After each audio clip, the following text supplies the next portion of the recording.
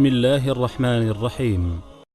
وَلْتَكُن مِّنكُمْ أُمَّةٌ يَدْعُونَ إِلَى الْخَيْرِ وَيَأْمُرُونَ بِالْمَعْرُوفِ وَيَنْهَوْنَ عَنِ الْمُنكَرِ وَأُولَئِكَ هُمُ الْمُفْلِحُونَ. المكتب التعاوني للدعوة والإرشاد وتوعية الجاليات بالخبيب ببريدة التابع لفرع وزارة الشؤون الإسلامية والأوقاف والدعوة والإرشاد بالقصيم. دیکھیے کلی طور پر کوئی آدمی بے فکرہ نہیں ہو سکتا ہے، کم سے کم آخرت کی فکر تو ہم کو کرنا ہے.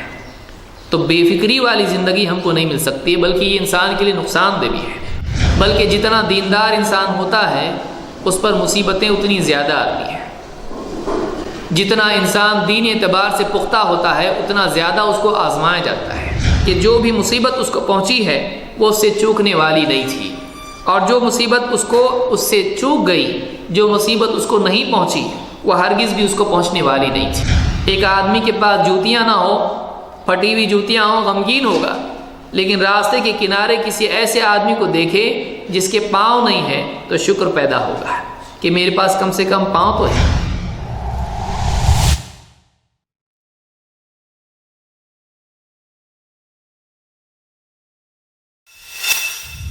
ہمارا فاضل دوست یا ہمارے کبار علماء سے ان میں سے مشائخ سعودی عرب میں تشریف لاتے رہتے ہیں، اور اللہ کے فضل و کرم سے ہمیں ان سے وقت بھی مل جاتا ہے، اور وہ ہمارے پاس تشریف لا کر قرآن و حدیث کی روشنی میں ہمارے سامنے علم کا نور بکھیرتے ہیں، اور ہم ان سے بہت کچھ سیکھتے ہیں.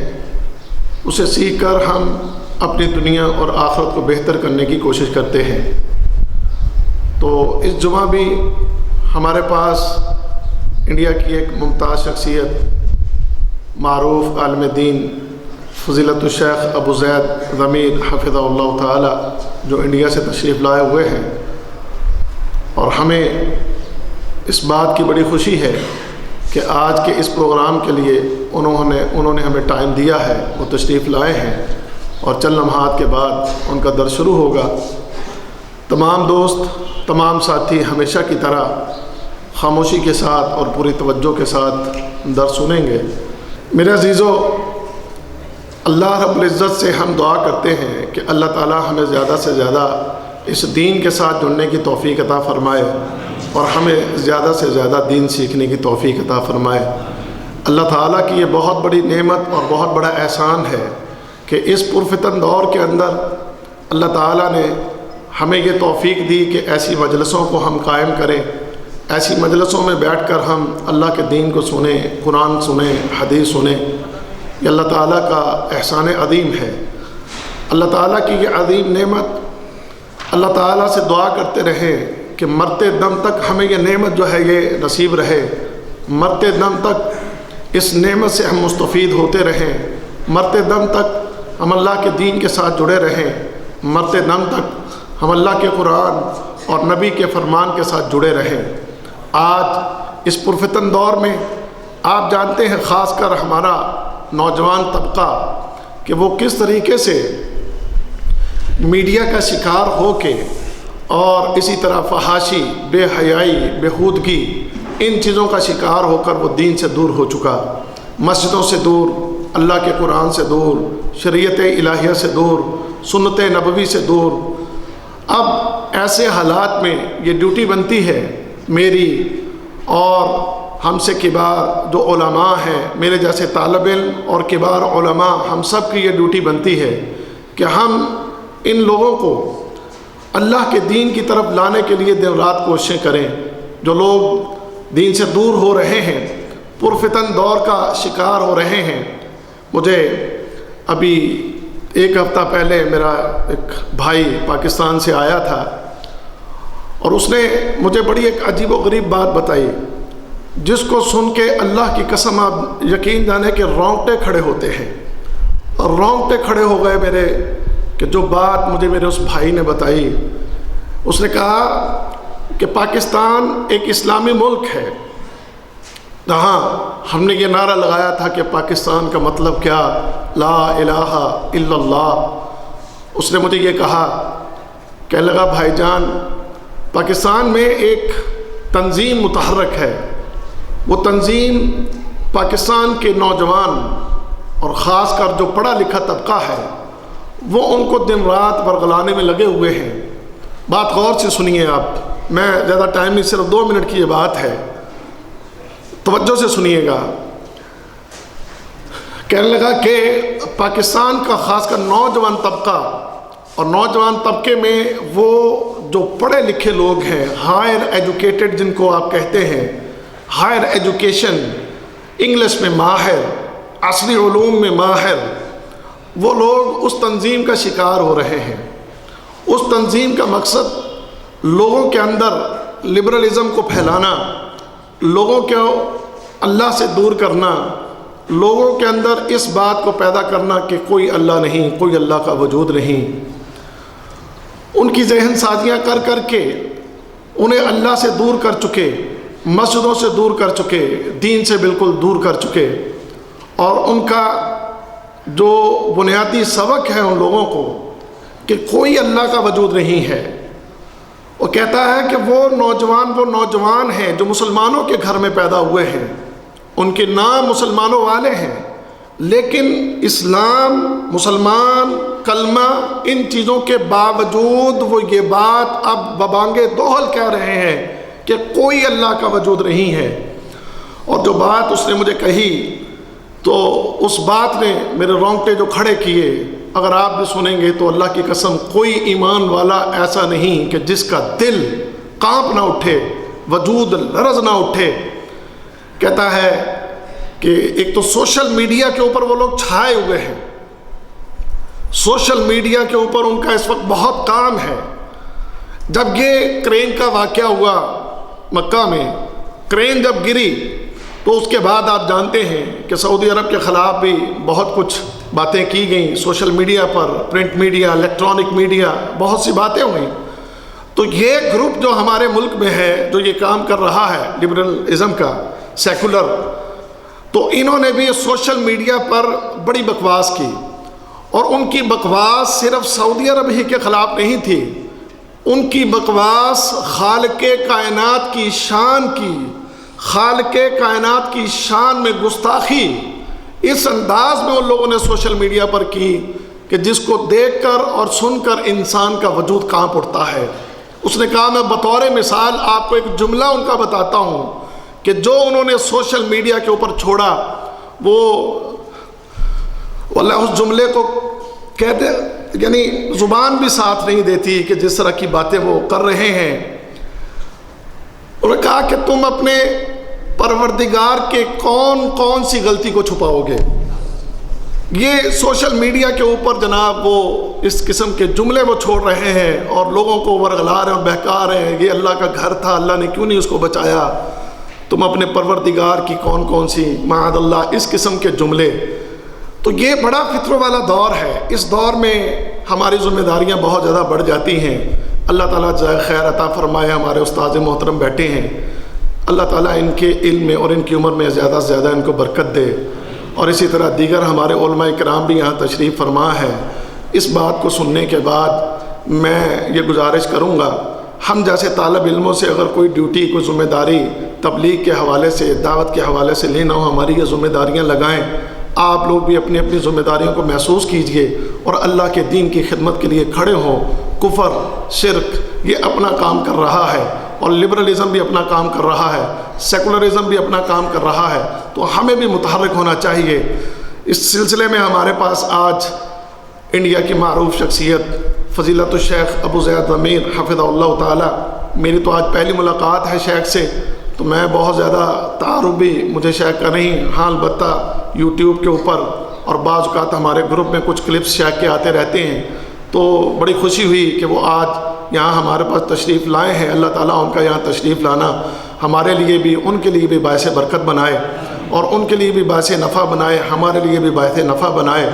اللہ تعالیٰ زیادہ سے زیادہ ان سے بھی اپنے دین کا کام لے لے، اور مجھ سے بھی اور دیگر جو ہمارے کبار علماء ہیں ان سے بھی اللہ تعالیٰ زیادہ سے زیادہ دین کا کام لے لے۔ یہ چند کلمات شیخ محترم کے آنے سے پہلے میں نے آپ بھائیوں کے گوشوار کیے ہیں۔ اللہ تعالیٰ سے دعا ہے کہ اللہ تعالیٰ مجھے بھی اور آپ کو، ہم سب کو سمجھنے کی اور عمل کرنے کی توفیق عطا فرمائے۔ اب بغیر کسی تاخیر کے میں دعوت خطاب دیتا ہوں فضیلت الشیخ ابو زید ضمیر حفظہ اللہ تعالیٰ کہ وہ تشریف لائیں اور ہمارے ساتھی جو آپ کو سننے کے لیے بیتاب ہیں ان کو علم کی روشنی سے منور فرمائیں۔ اللہ تعالیٰ سے میں دعا کرتا ہوں کہ ہم سب کو پوری توجہ کے ساتھ سنیں، تو تشریف لائیں فضیلت الشیخ ابو زید ضمیر حفظہ اللہ تعالیٰ۔ ان الحمد للہ نحمده ونستعینه ونستغفره ونعوذ باللہ من شرور انفسنا ومن سیئات اعمالنا من يهده الله فلا مضل له ومن يضلل فلا هادي له واشهد ان لا اله الا الله وحده لا شريك له واشهد ان محمدا عبده ورسوله اما بعد فان خير الحديث كتاب الله وخير الهدي هدي محمد صلى الله عليه وعلى اله وسلم وشر الأمور محدثاتها وكل محدثة بدعة وكل بدعة ضلالة وكل ضلالة في النار قال الله تبارك وتعالى ولا تهنوا ولا تحزنوا وأنتم الأعلون إن كنتم مؤمنين۔ شیخ محترم مقصود الحسن فیضی حافظ اللہ، دیگر اہل علم، میرے دینی بھائیوں، اللہ رب العالمین نے دنیا کو دارالامتحان بنایا ہے،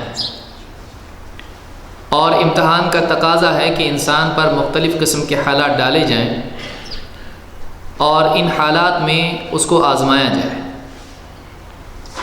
دنیا میں اللہ تعالیٰ دو طرح کے حالات ڈالتا ہے، ایک راحت کے، دوسرے مصیبت اور مشقت کے۔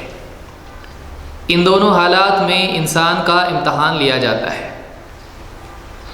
جو مصیبت کے حالات ہیں ان میں صبر کا امتحان لیا جاتا ہے، اور راحت کے حالات آتے ہیں ان میں شکر کا امتحان ہوتا ہے۔ اگر انسان راحت، خوشی، کامیابی کے حالات میں اللہ کا شکر کرتا رہے اور مصیبت، تکلیف، بیماری، دکھ، پریشانی میں صبر کرتا رہے تو ایسا انسان اللہ کے نزدیک کامیاب ہے۔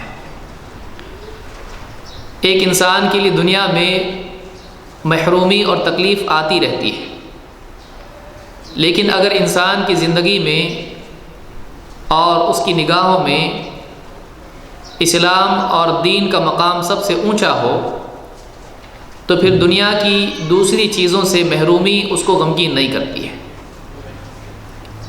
ایک انسان کیا کھوتا ہے، کیا پاتا ہے، اگر اس کے نزدیک پائی ہوئی چیز کھوئی ہوئی چیز سے زیادہ ہو تو وہ خوش ہوتا ہے، اور اگر کھوئی ہوئی چیز پائی ہوئی چیز سے زیادہ قیمتی تھی تو غمگین ہوتا ہے۔ لہٰذا انسان کی خوشی اور غم کا تعلق اس سے ہوتا ہے کہ واقعی اس کی نگاہ میں کس چیز کی کتنی قیمت ہے۔ ایک تاجر اپنی دکان میں چیزیں رکھتا ہے اور منافع کے ساتھ ان چیزوں کو بیچتا ہے۔ ظاہر بات ہے دکان میں اپنی چیزیں وہ دوسروں کو دیتا ہے اور دوسروں سے کچھ لیتا ہے۔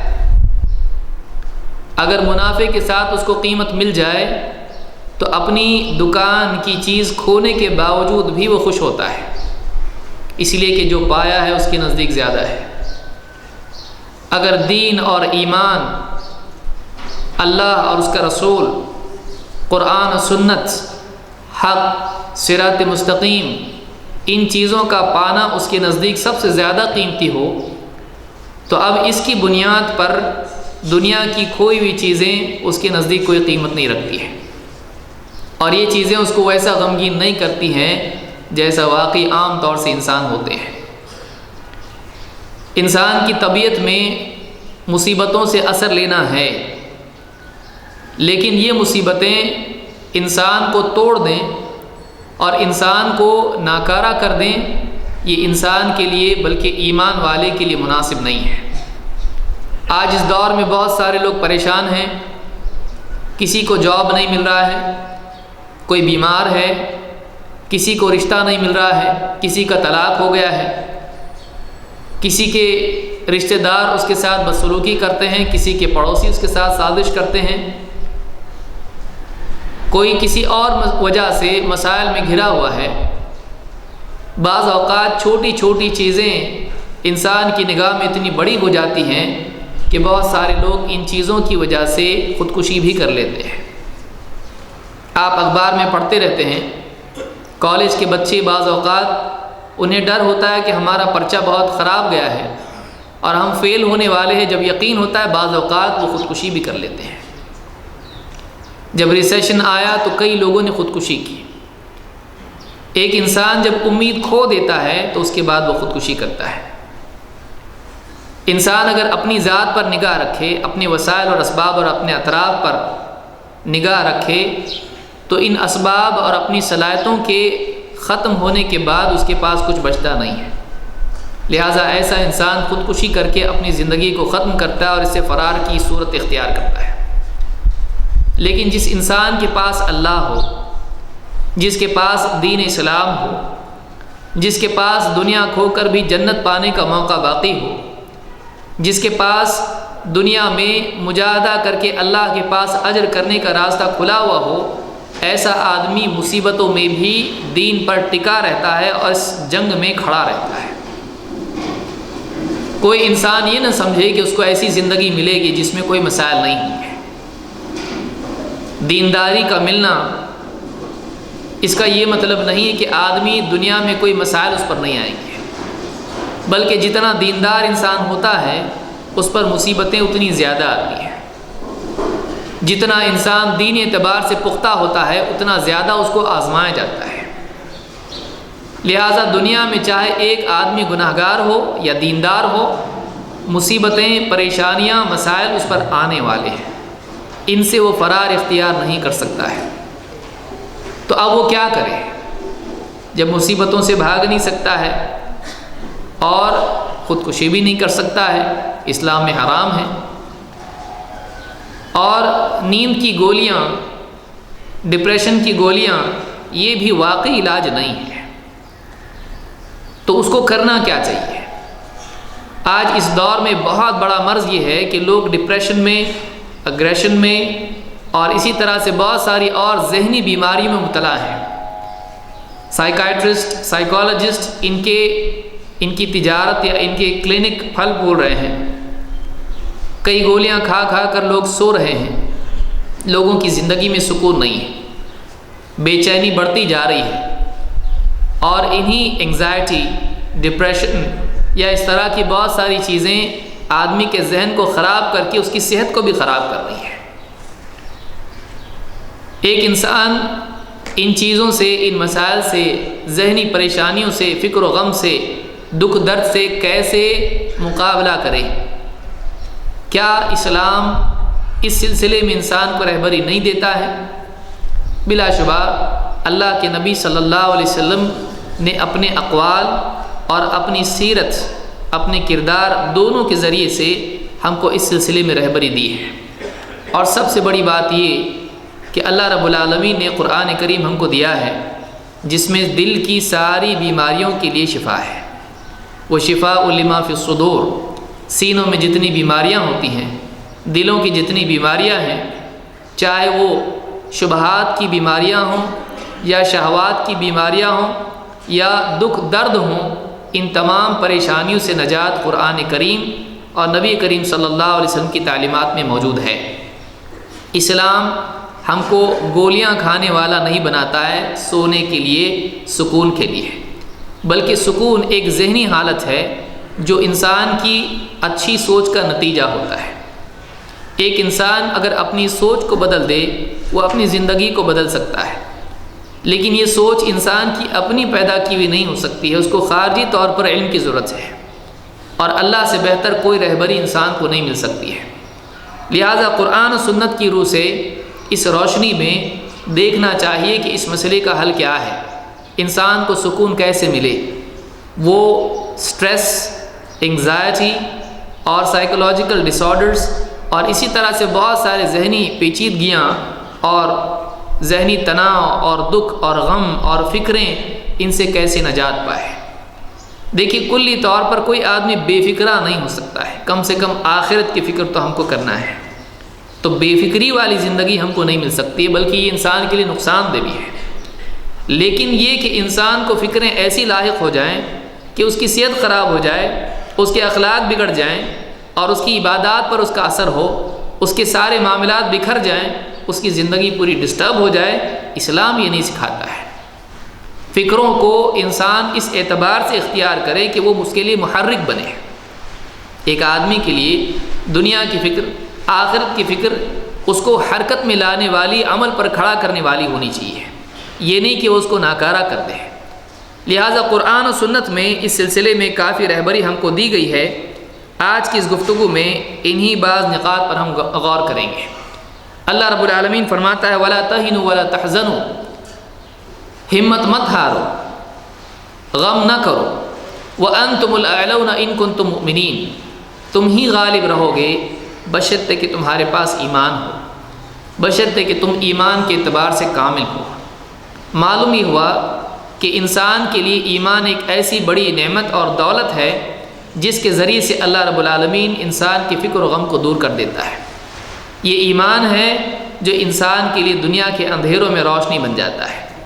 اگر ایمان نہیں ہے یا ایمان ہے لیکن قوی اور مضبوط نہیں ہے تو آدمی دنیا کے مسائل میں ٹوٹ جاتا ہے۔ یہ ایمان ہے جو ان پریشانیوں میں انسان کو ہمت دلاتا ہے، اس کو اللہ سے جوڑے رکھتا ہے، آخرت کی امید بلکہ دنیا میں بھی امید اس کے دل میں پیدا کرتا ہے۔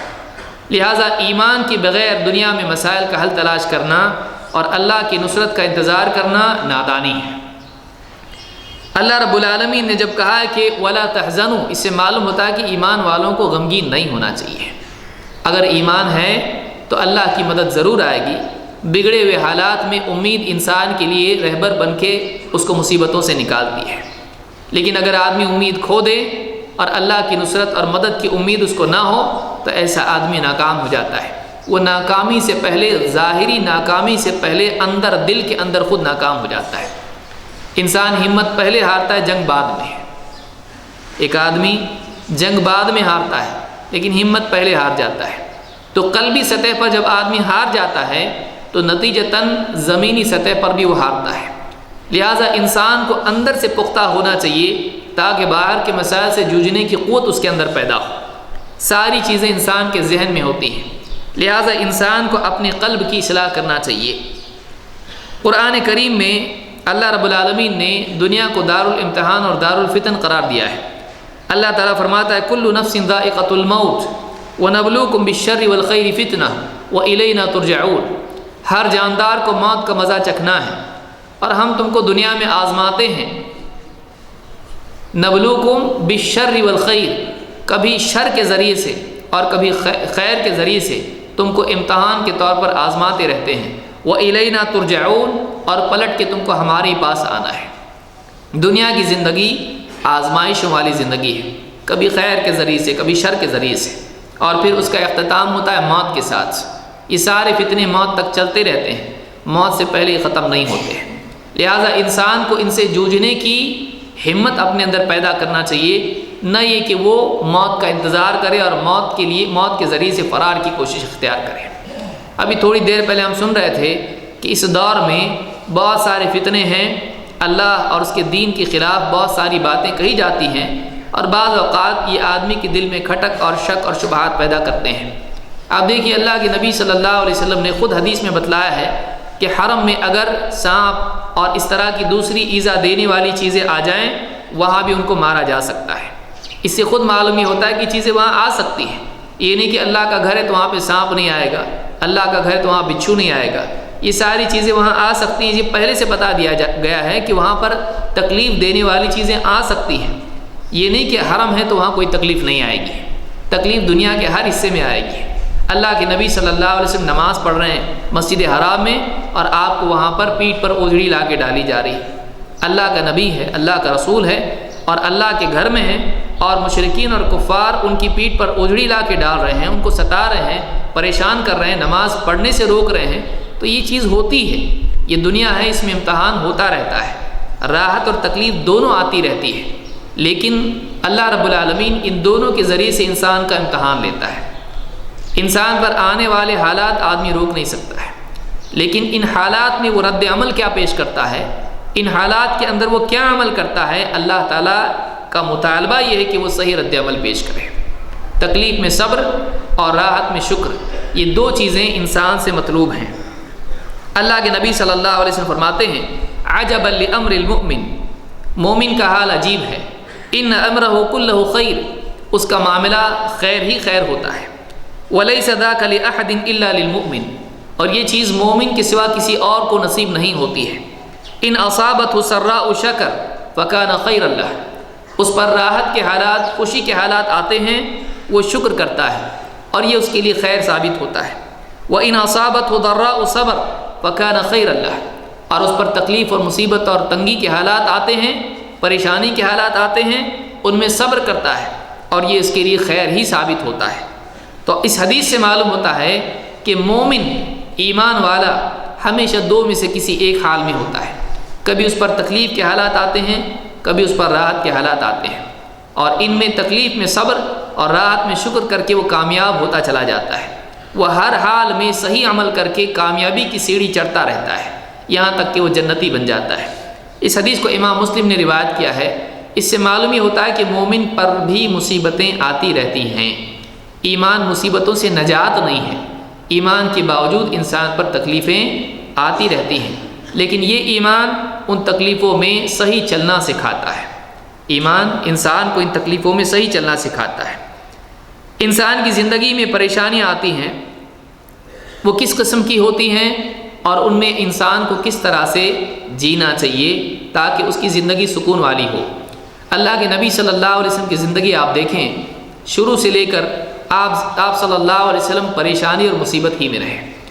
بچپن میں پیدائش سے پہلے باپ کا انتقال ہو گیا، پھر کچھ وقت کے بعد ماں کا انتقال ہوا، پھر دادا کی نگرانی میں گئے، دادا کی پرورش میں گئے، پھر ان کا بھی انتقال ہو گیا، پھر چچا کی ماتحتی میں گئے، پھر اس کے بعد نکاح ہوا، نبوت اللہ رب العالمین نے عطا کی۔ جیسی نبوت ملی آپ پر مصیبتوں کے پہاڑ ٹوٹنے شروع ہوئے، کسی نے کاہن، کسی نے مجنون، کسی نے دیوانہ، کسی نے کچھ اور کہنا شروع کیا، آپ کو شاعر کہا گیا اور مختلف قسم کے القاب سے نوازا گیا، آپ کو لالچ دی گئی، آپ کو سمجھایا گیا، آپ نے دعوت نہیں روکی، آپ کے خلاف سازشیں شروع ہو گئی، کسی نے آپ کو دھمکی دی، کسی نے آپ کو واقعی تکلیف پہنچائی، کسی نے آپ کے خلاف بڑی بڑی سازشیں کی، یہاں تک کہ آپ کو اور آپ کے صحابہ کو مکہ میں پریشان اتنا کر دیا گیا کہ آپ کو اور صحابہ کو زخمی کیا گیا۔ آپ طائف گئے، وہاں پر آپ کو تکلیف دی گئی، آپ کو ہر اعتبار سے ستایا گیا، یہاں تک کہ آپ کو مجبور کر دیا گیا کہ آپ مدینہ چلے جائیں۔ مدینہ جانے کے بعد یہودیوں کی سازشیں، عیسائیوں کی سازشیں، مشرکین کی طرف سے آئے دن کچھ نہ کچھ سازشیں اور فتنے اور جنگ کے معاملات، ایک کے پیچھے ایک جنگیں، امت کے مسائل، گھر کے مسائل، معاشی مسائل، اولاد کا انتقال، بچیوں کے اعتبار سے پریشانی، آپ دیکھیں گے بیماری، سفر، جنگیں، مسلمانوں کی تربیت، مسلمانوں کے مسائل حل کرنا، راتوں میں عبادت کرنا، آرام نہیں، معاشی مسائل، ہر اعتبار سے پریشانی۔ لیکن اللہ کے رسول صلی اللہ علیہ وسلم کو آپ دیکھیں، آپ اسی طرح سے بالکل صبر و سکون والے تھے جیسے آپ پہلے تھے، بلکہ ہر دن آپ صلی اللہ علیہ وسلم اللہ رب العالمین کی تربیت میں بہتر سے بہتر ہوتے گئے۔ عسیٰ ان یبعثک ربک مقاما محمودا، اللہ رب العالمین نے آپ کو تربیت دیتے دیتے بہترین انسان بنایا، یہاں تک کہ آخرت کے لیے بھی وعدہ کر دیا کہ آپ کو اللہ نے مقام محمود کا وعدہ کیا ہے۔ ورفعنا لک ذکرک، اللہ نے بتایا کہ آپ کے ذکر کو ہم نے اونچا کر دیا ہے۔ تو اللہ کے نبی صلی اللہ علیہ وسلم ان مصیبتوں میں ٹوٹے نہیں، بلکہ آپ ان مصیبتوں میں نکھر کر ساری انسانیت کے لیے ایک بہترین اسوہ اور نمونہ ثابت ہوئے۔ اگر مصیبتیں نہ آئیں تو کوئی انسان بہترین کیسے ثابت ہو سکتا ہے؟ واقعی انسان کے کردار کا امتحان اسی وقت ہوتا ہے جب اس کی مرضی کے خلاف حالات اس پر آتے ہیں۔ راحت میں سارے ہی لوگ بااخلاق بنے رہتے ہیں، اچھا کھانے ملے، اچھا پہننے ملے، اچھا گھر ملے، موٹر گاڑی ملے اور سب کچھ اچھے حالات آتے رہیں، خوشی خوشی ہی ہوتی رہے، کون آدمی برائی کرے گا؟ کون آدمی بد اخلاق ثابت ہوگا؟ خوش آدمی بد اخلاق نہیں ثابت ہوتا ہے، لیکن جیسی مصیبتیں آنی شروع ہوتی ہیں تب انسان کا کردار یا تو بنتا ہے یا تو بگڑتا ہے۔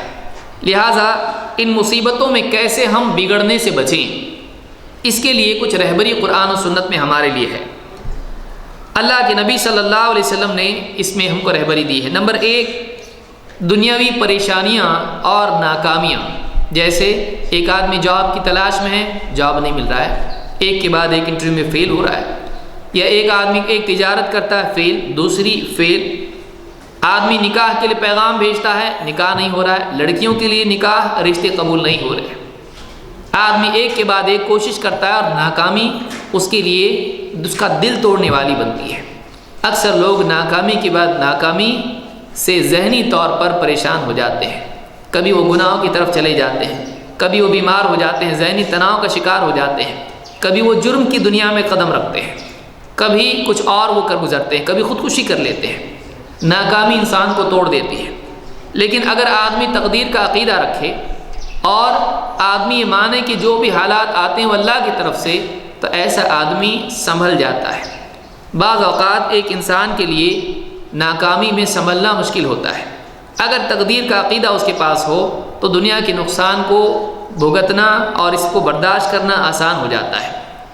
اللہ کے نبی صلی اللہ علیہ وسلم فرماتے ہیں، لِكُلِّ شَيْءٍ حَقِيقَةٌ وَمَا بَلَغَ عَبْدٌ حَقِيقَةَ الْإِيمَانِ حَتَّى يَعْلَمَ أَنَّ مَا أَصَابَهُ لَمْ يَكُنْ لِيُخْطِئَهُ وَمَا أَخْطَأَهُ لَمْ يَكُنْ لِيُصِيبَهُ۔ امام احمد اور طبرانی نے اس کو روایت کیا ہے۔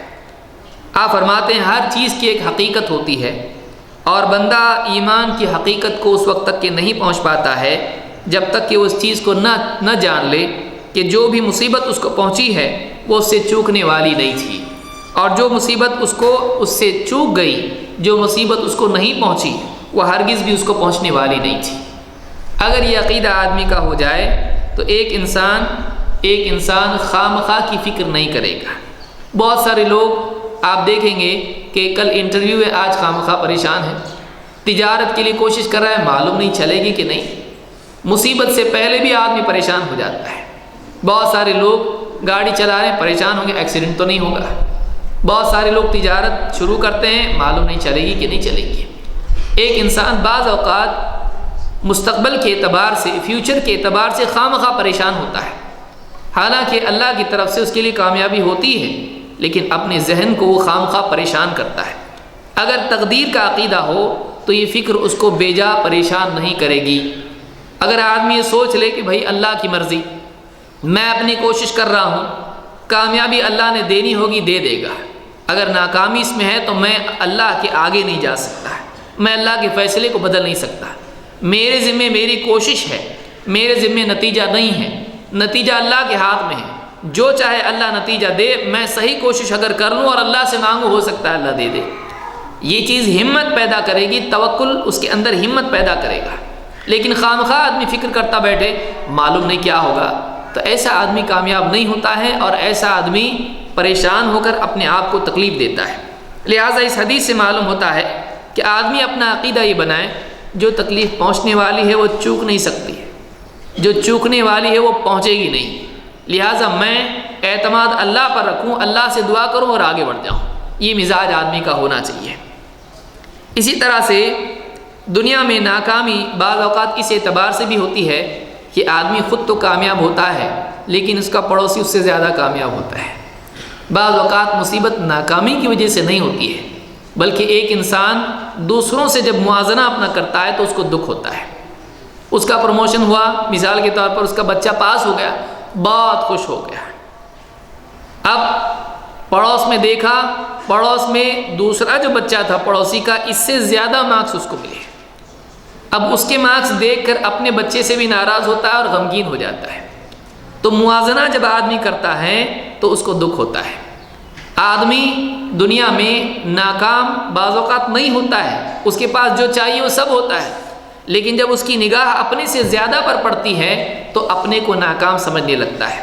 یہ فرضی ناکامی ہے، یہ تصوراتی ناکامی ہے، حالانکہ اس کے پاس سب کچھ ہے جو اس کو چاہیے، لیکن اس کی چاہت زیادہ ہے اور دوسروں کو دیکھ کر وہ لالچ کی وجہ سے اپنے آپ کو محروم تصور کرتا ہے۔ اللہ کے نبی صلی اللہ علیہ وسلم نے اس سے منع کیا ہے۔ یہ بھی غم اور دکھ کا ذریعہ ہے۔ بعض اوقات اس کے پاس جو کچھ بھی ہوتا ہے رشتہ داروں کو زیادہ مل جائے پڑوسیوں کو زیادہ مل جائے، آفس میں ساتھ کام کرنے والے کی ترقی ہو، مثلا ایک آدمی آفس میں جائے، باس آفس میں بلائے، اس کی ترقی ہو گئی، خوشی خوشی باہر آتا ہے، دوست کو دیکھتا ہے، دوست بتاتا ہے کہ دیکھو میرا پروموشن ہو گیا ہے، دوست کہتا ہے ہاں میرا بھی ہوا ہے لیکن تم سے اوپر ہوا ہے، تو اب دکھی ہو جاتا ہے۔ دکھی کیوں ہوا؟ اس لیے کہ اس کا دوست اس سے زیادہ پوزیشن پر چلا گیا ہے۔ پہلے خوش تھا اپنی ترقی پر، لیکن جب اس نے کمپیئر کر کے موازنہ کر کے دیکھا تو اب لگا کہ میں اس سے کم ہوں، اب دکھ دل میں آ گیا۔ تو موازنہ غمگین کرتا ہے، یہ نہیں کرنا چاہیے۔ اگر موازنہ کرنا ہی ہے، کمپیئر کرنا ہی ہے تو اپنے سے کم سے کرنا چاہیے، خوشی دیتا ہے۔ اللہ کے نبی صلی اللہ علیہ وسلم فرماتے ہیں اذا نظر احدکم الى من فضل علیہ فی المال والخلق فلینظر الى من هو اسفل منه۔ تم میں سے اگر کسی کی نگاہ کسی ایسے پر پڑے جس کو اللہ تعالیٰ نے مال اور جسم کے اعتبار سے اس پر فضیلت دے رکھی ہے، اس سے زیادہ مالدار ہے، اس سے زیادہ خوبصورت صحت مند ہے، اگر ایسا کوئی شخص دکھائی دے فَلْيَنْظُرْ إِلَى مَنْ هُوَ أَسْفَلَ مِنْهُ، تو اس کو چاہیے کہ اس شخص پر بھی نگاہ ڈالے جو اس سے مال اور جسم میں کمتر ہے۔ کیوں؟ آپ فرماتے ہیں فَهُوَ أَجْدَرُ أَلَّا تَزْدَرُوا نِعْمَةَ اللَّهِ عَلَيْكُمْ، یہ اس لیے ہے کہ کہیں تمہارے اندر اللہ کی نعمت کی ناشکری پیدا نہ ہو جائے۔ ناشکری کب پیدا ہوتی ہے؟ جب آدمی اپنے سے زیادہ کو دیکھتا ہے تو اپنی نعمت کی قدر نہیں ہوتی ہے، لیکن اپنے سے کمتر کو دیکھتا ہے تو پھر نعمت کی قدر دل میں پیدا ہوتی ہے۔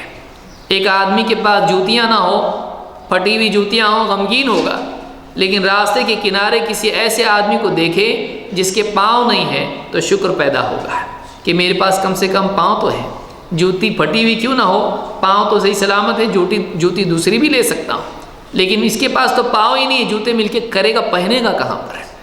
تو ایک انسان جب اپنے سے دنیا میں کمتر کو دیکھتا ہے تو دل میں شکر پیدا ہوتا ہے، خوشی پیدا ہوتی ہے، پانے کا احساس پیدا ہوتا ہے، یہ خوش کرتا ہے۔ لیکن اپنے سے اوپر والے کو دیکھے گا تو پھر کھونے کا احساس پیدا ہوتا ہے اور غم دل میں پیدا ہوتا ہے اور محرومی کا احساس آتا ہے۔ تو یہ پہلی چیز ہے کہ ایک آدمی کو چاہیے کہ دنیا کی ناکامی پر اپنے سے زیادہ ناکام کو دیکھے، تاکہ ناکامی کے باوجود اس کو شکر ہو کہ میں اتنا ناکام تو نہیں ہوں۔ جیسے مثال کے طور پر کسی کا ایکسیڈنٹ اگر ہو جائے، کچھ لوگ اس میں فوت ہو جاتے ہیں اور اس کو زخم آتا ہے، ہاتھ فریکچر، پاؤں فریکچر، لوگ آ کے اس کو دھاڑس بناتے ہیں کہ بہت برا ہوا تمہارے ساتھ، کہتا نہیں میرے ساتھ والے سب چلے گئے، اللہ کا احسان ہے میں بچ گیا۔ کیوں؟ وہ تکلیف ہے، لیکن ہلاکت کے مقابلے میں جب اس کو دیکھتا ہے تو لگتا ہے کہ خیر اللہ نے اس پر بلا ٹال دی ہے۔ یہ چھوٹی سی چیز ہے، اگر عام دنوں میں ہوتا تو سوچتا کہ بہت بڑی تکلیف ہے، لیکن دوسروں کے ساتھ جوڑتا ہے کہ کوئی کوما میں چلا گیا، کوئی دنیا سے چلا گیا اور میں ٹھیک ٹھاک ہوں، خالی بس فریکچر ہو گیا ہے، تو آدمی کو اس میں بھی شکر محسوس ہوتا ہے۔ نمبر 2 جو چیز انسان کو پریشان کرتی ہے وہ بیماریاں ہیں، ایک کے بعد ایک، کسی کو شوگر ہے، کسی کو نمک ہے، کسی کو تیل ہے، کسی کو گھی ہے، بہت سے لوگ کچھ نہ کچھ پریشانی ہوتی ہے، بہت سارے لوگ دوائیں لیتے رہتے ہیں اور اچھے نہیں ہوتے ہیں۔ بعض اوقات ایک آدمی کی بیماری بہت زیادہ سنگین ہوتی ہے، کسی کو کینسر بھی ہوتا ہے، کسی کو ٹی بی ہوتی ہے، کسی کو اور کوئی بیماری ہوتی ہے، اور علاج کرنے کے بعد بھی آدمی بعض اوقات جلدی اچھا نہیں ہوتا ہے، اور اس کی وجہ سے وہ ڈپریشن میں چلا جاتا ہے کہ اتنے سارے ڈاکٹر کے پاس گئے لیکن کچھ بھی نہیں۔ بعض لوگ بابا کے پاس چلے جاتے ہیں، اس سے علاج کروانے والے بنتے ہیں، بعض لوگ خودکشی بھی کر لیتے ہیں، بعض لوگ ڈاکٹروں سے بعض ملکوں میں کہتے ہیں کہ ہم کو ایسا انجیکشن دو کہ ہماری موت ہو جائے۔ تو اس طرح کا معاملہ لوگوں کا ہوتا ہے۔ ایک آدمی اگر ان بیماریوں کے اور ان بیماریوں میں ہونے والی تکلیف کے اجر پر نگاہ رکھے تو اس تکلیف کے باوجود آدمی کو راحت نصیب ہوتی ہے۔ تکلیف میں اجر پر نگاہ ہو تو تکلیف آسان ہو جاتی ہے، اگر تکلیف کے انجام پر نگاہ ہو تو اس انجام کی وجہ سے، اس انعام کی وجہ سے تکلیف ہلکی ہو جاتی ہے۔ آپ دیکھیں بہت سارے لوگ جم میں ویٹ لفٹنگ کرتے ہیں، اتنے بڑے بڑے وزن اٹھاتے ہیں، اگر ان کو کوئی کمپنی کا مالک کہے کہ تم کو کچھ انعام نہیں ملے گا، تم یہ اتنا بڑے بکسے اٹھا کے رکھو، تو کبھی نہیں کریں گے۔ اس کی اگر کوئی راستے میں آدمی جا رہا ہے کہے کہ یہ 100 بکسے ہیں 20-20 کلو کی، اٹھا کے یہاں ذرا رکھو گے، تو آدمی کا میں کیوں رکھوں، لیکن وہی آدمی فیس بھر کے جم میں جاتا ہے اور بڑے بڑے وزن اٹھاتا ہے، پسینہ پسینہ ہوتا ہے اور آئینے میں دیکھ کے خوش ہوتا ہے. کیوں؟ اس لیے کہ اس کے سامنے ہے کہ میری صحت اس سے بن رہی ہے اور میں بہت ہینڈسم دکھائی دے رہا ہوں، یہاں بھی مضبوطی، یہاں بھی مضبوطی، پیٹ بھی صحیح، ہاتھ بھی صحیح. اس کے سامنے یہ ہوتا ہے کہ اس کے ذریعے میری ترقی ہو رہی ہے. آپ دیکھیے جسمانی ترقی ہو رہی ہے.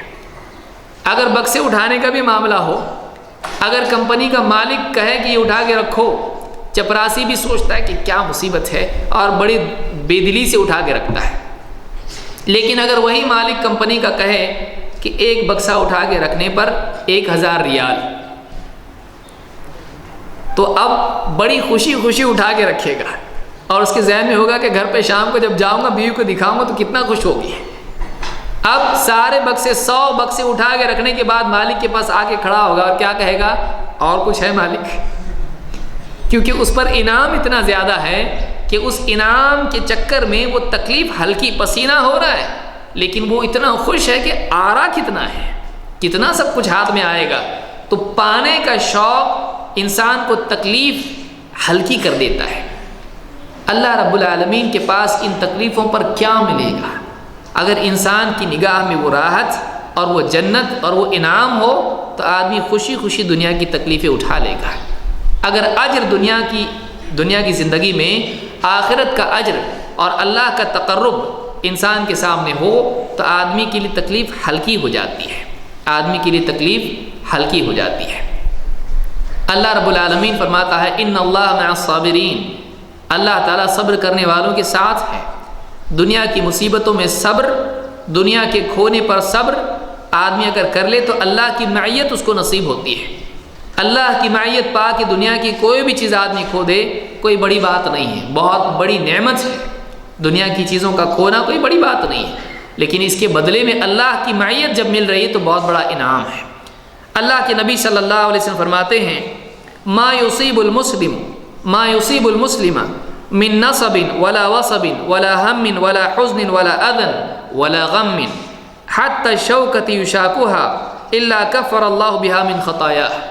جو بھی مومن دنیا کی کوئی تھکن، کوئی پریشانی، کوئی فکر، کوئی غم، کوئی دکھ، کوئی درد، یہاں تک کہ کوئی کانٹا بھی اس کو چبھتا ہے تو اللہ تعالیٰ اس کے ذریعے سے اس کے گناہوں کا کفارہ کر دیتا ہے، اس کے گناہ مٹا دیتا ہے. اس حدیث کو امام البخاری مسلم دونوں نے روایت کیا ہے. اس پر غور کریں کہ دنیا میں جو تکلیفیں آتی رہتی ہیں وہ ہمارے جو گناہ اور کوتاہیاں ہوتی ہیں ان کا کفارہ بن جاتی ہیں، یعنی ان کو مٹاتی چلی جاتی ہے. اگر آپ غور کریں دنیا کی تکلیف اور آخرت کی تکلیف ان دونوں کا موازنہ کریں تو آپ کو دکھائی دے گا کہ آخرت کی تکلیف دنیا سے زیادہ ہے اور دنیا کی تکلیفیں آخرت کی تکلیف سے چھٹکارا بن جاتی ہیں. اگر مثال کے طور پر ایک آدمی کو پولیس پکڑ لے اور اس کو پھانسی کی جگہ پٹائی کر کے چھوڑ دے تو وہ آدمی پٹائی پر خوش ہوگا. آپ سوچئے اس کو، ایک آدمی اس کو پکڑ لیا پولیس نے، اب پھانسی طے ہے اس کے لیے، لیکن مشورہ کر کے بولے جا تجھ کو چھوڑ دیا ہے، تو وہ آدمی کہے گا تھوڑا اور پٹائی کرتے تو بھی کوئی مسئلہ نہیں، میں جاتا ہوں، پٹائی اور برداشت کر لے گا کیونکہ اس کے سامنے پھانسی ہے، اس کے سامنے ہاتھ کاٹنا ہے، اس کے سامنے گردن کاٹنا ہے. لیکن اس کے مقابلے میں 2 تھپڑ اگر لگا دے، ڈنڈا آگے پیچھے سب طرف پٹائی اس کی کر لیں، تب بھی وہ دکھتا ہوا جائے گا لیکن خوشی خوشی جائے گا کہ بچ گیا، اللہ کا احسان ہے جان بچی. تو اس کو درد ہو رہا ہے لیکن اس درد کے باوجود وہ خوش ہے. کیوں؟ اس لیے کہ وہ اس درد کے مقابلے میں دوسری ہلاکت کو سامنے رکھے ہوئے ہے. جب آدمی آخرت کو بھلا دیتا ہے تو پھر دنیا کی تکلیفیں بہت بڑی معلوم ہوتی ہیں. لیکن اگر دنیا کی تکلیفوں کو آخرت کی تکلیف سے نجات کا ذریعہ اگر وہ سمجھنے لگے تو پھر دنیا کی تکلیفیں ہلکی معلوم ہوتی جس کے سامنے آخرت ہے.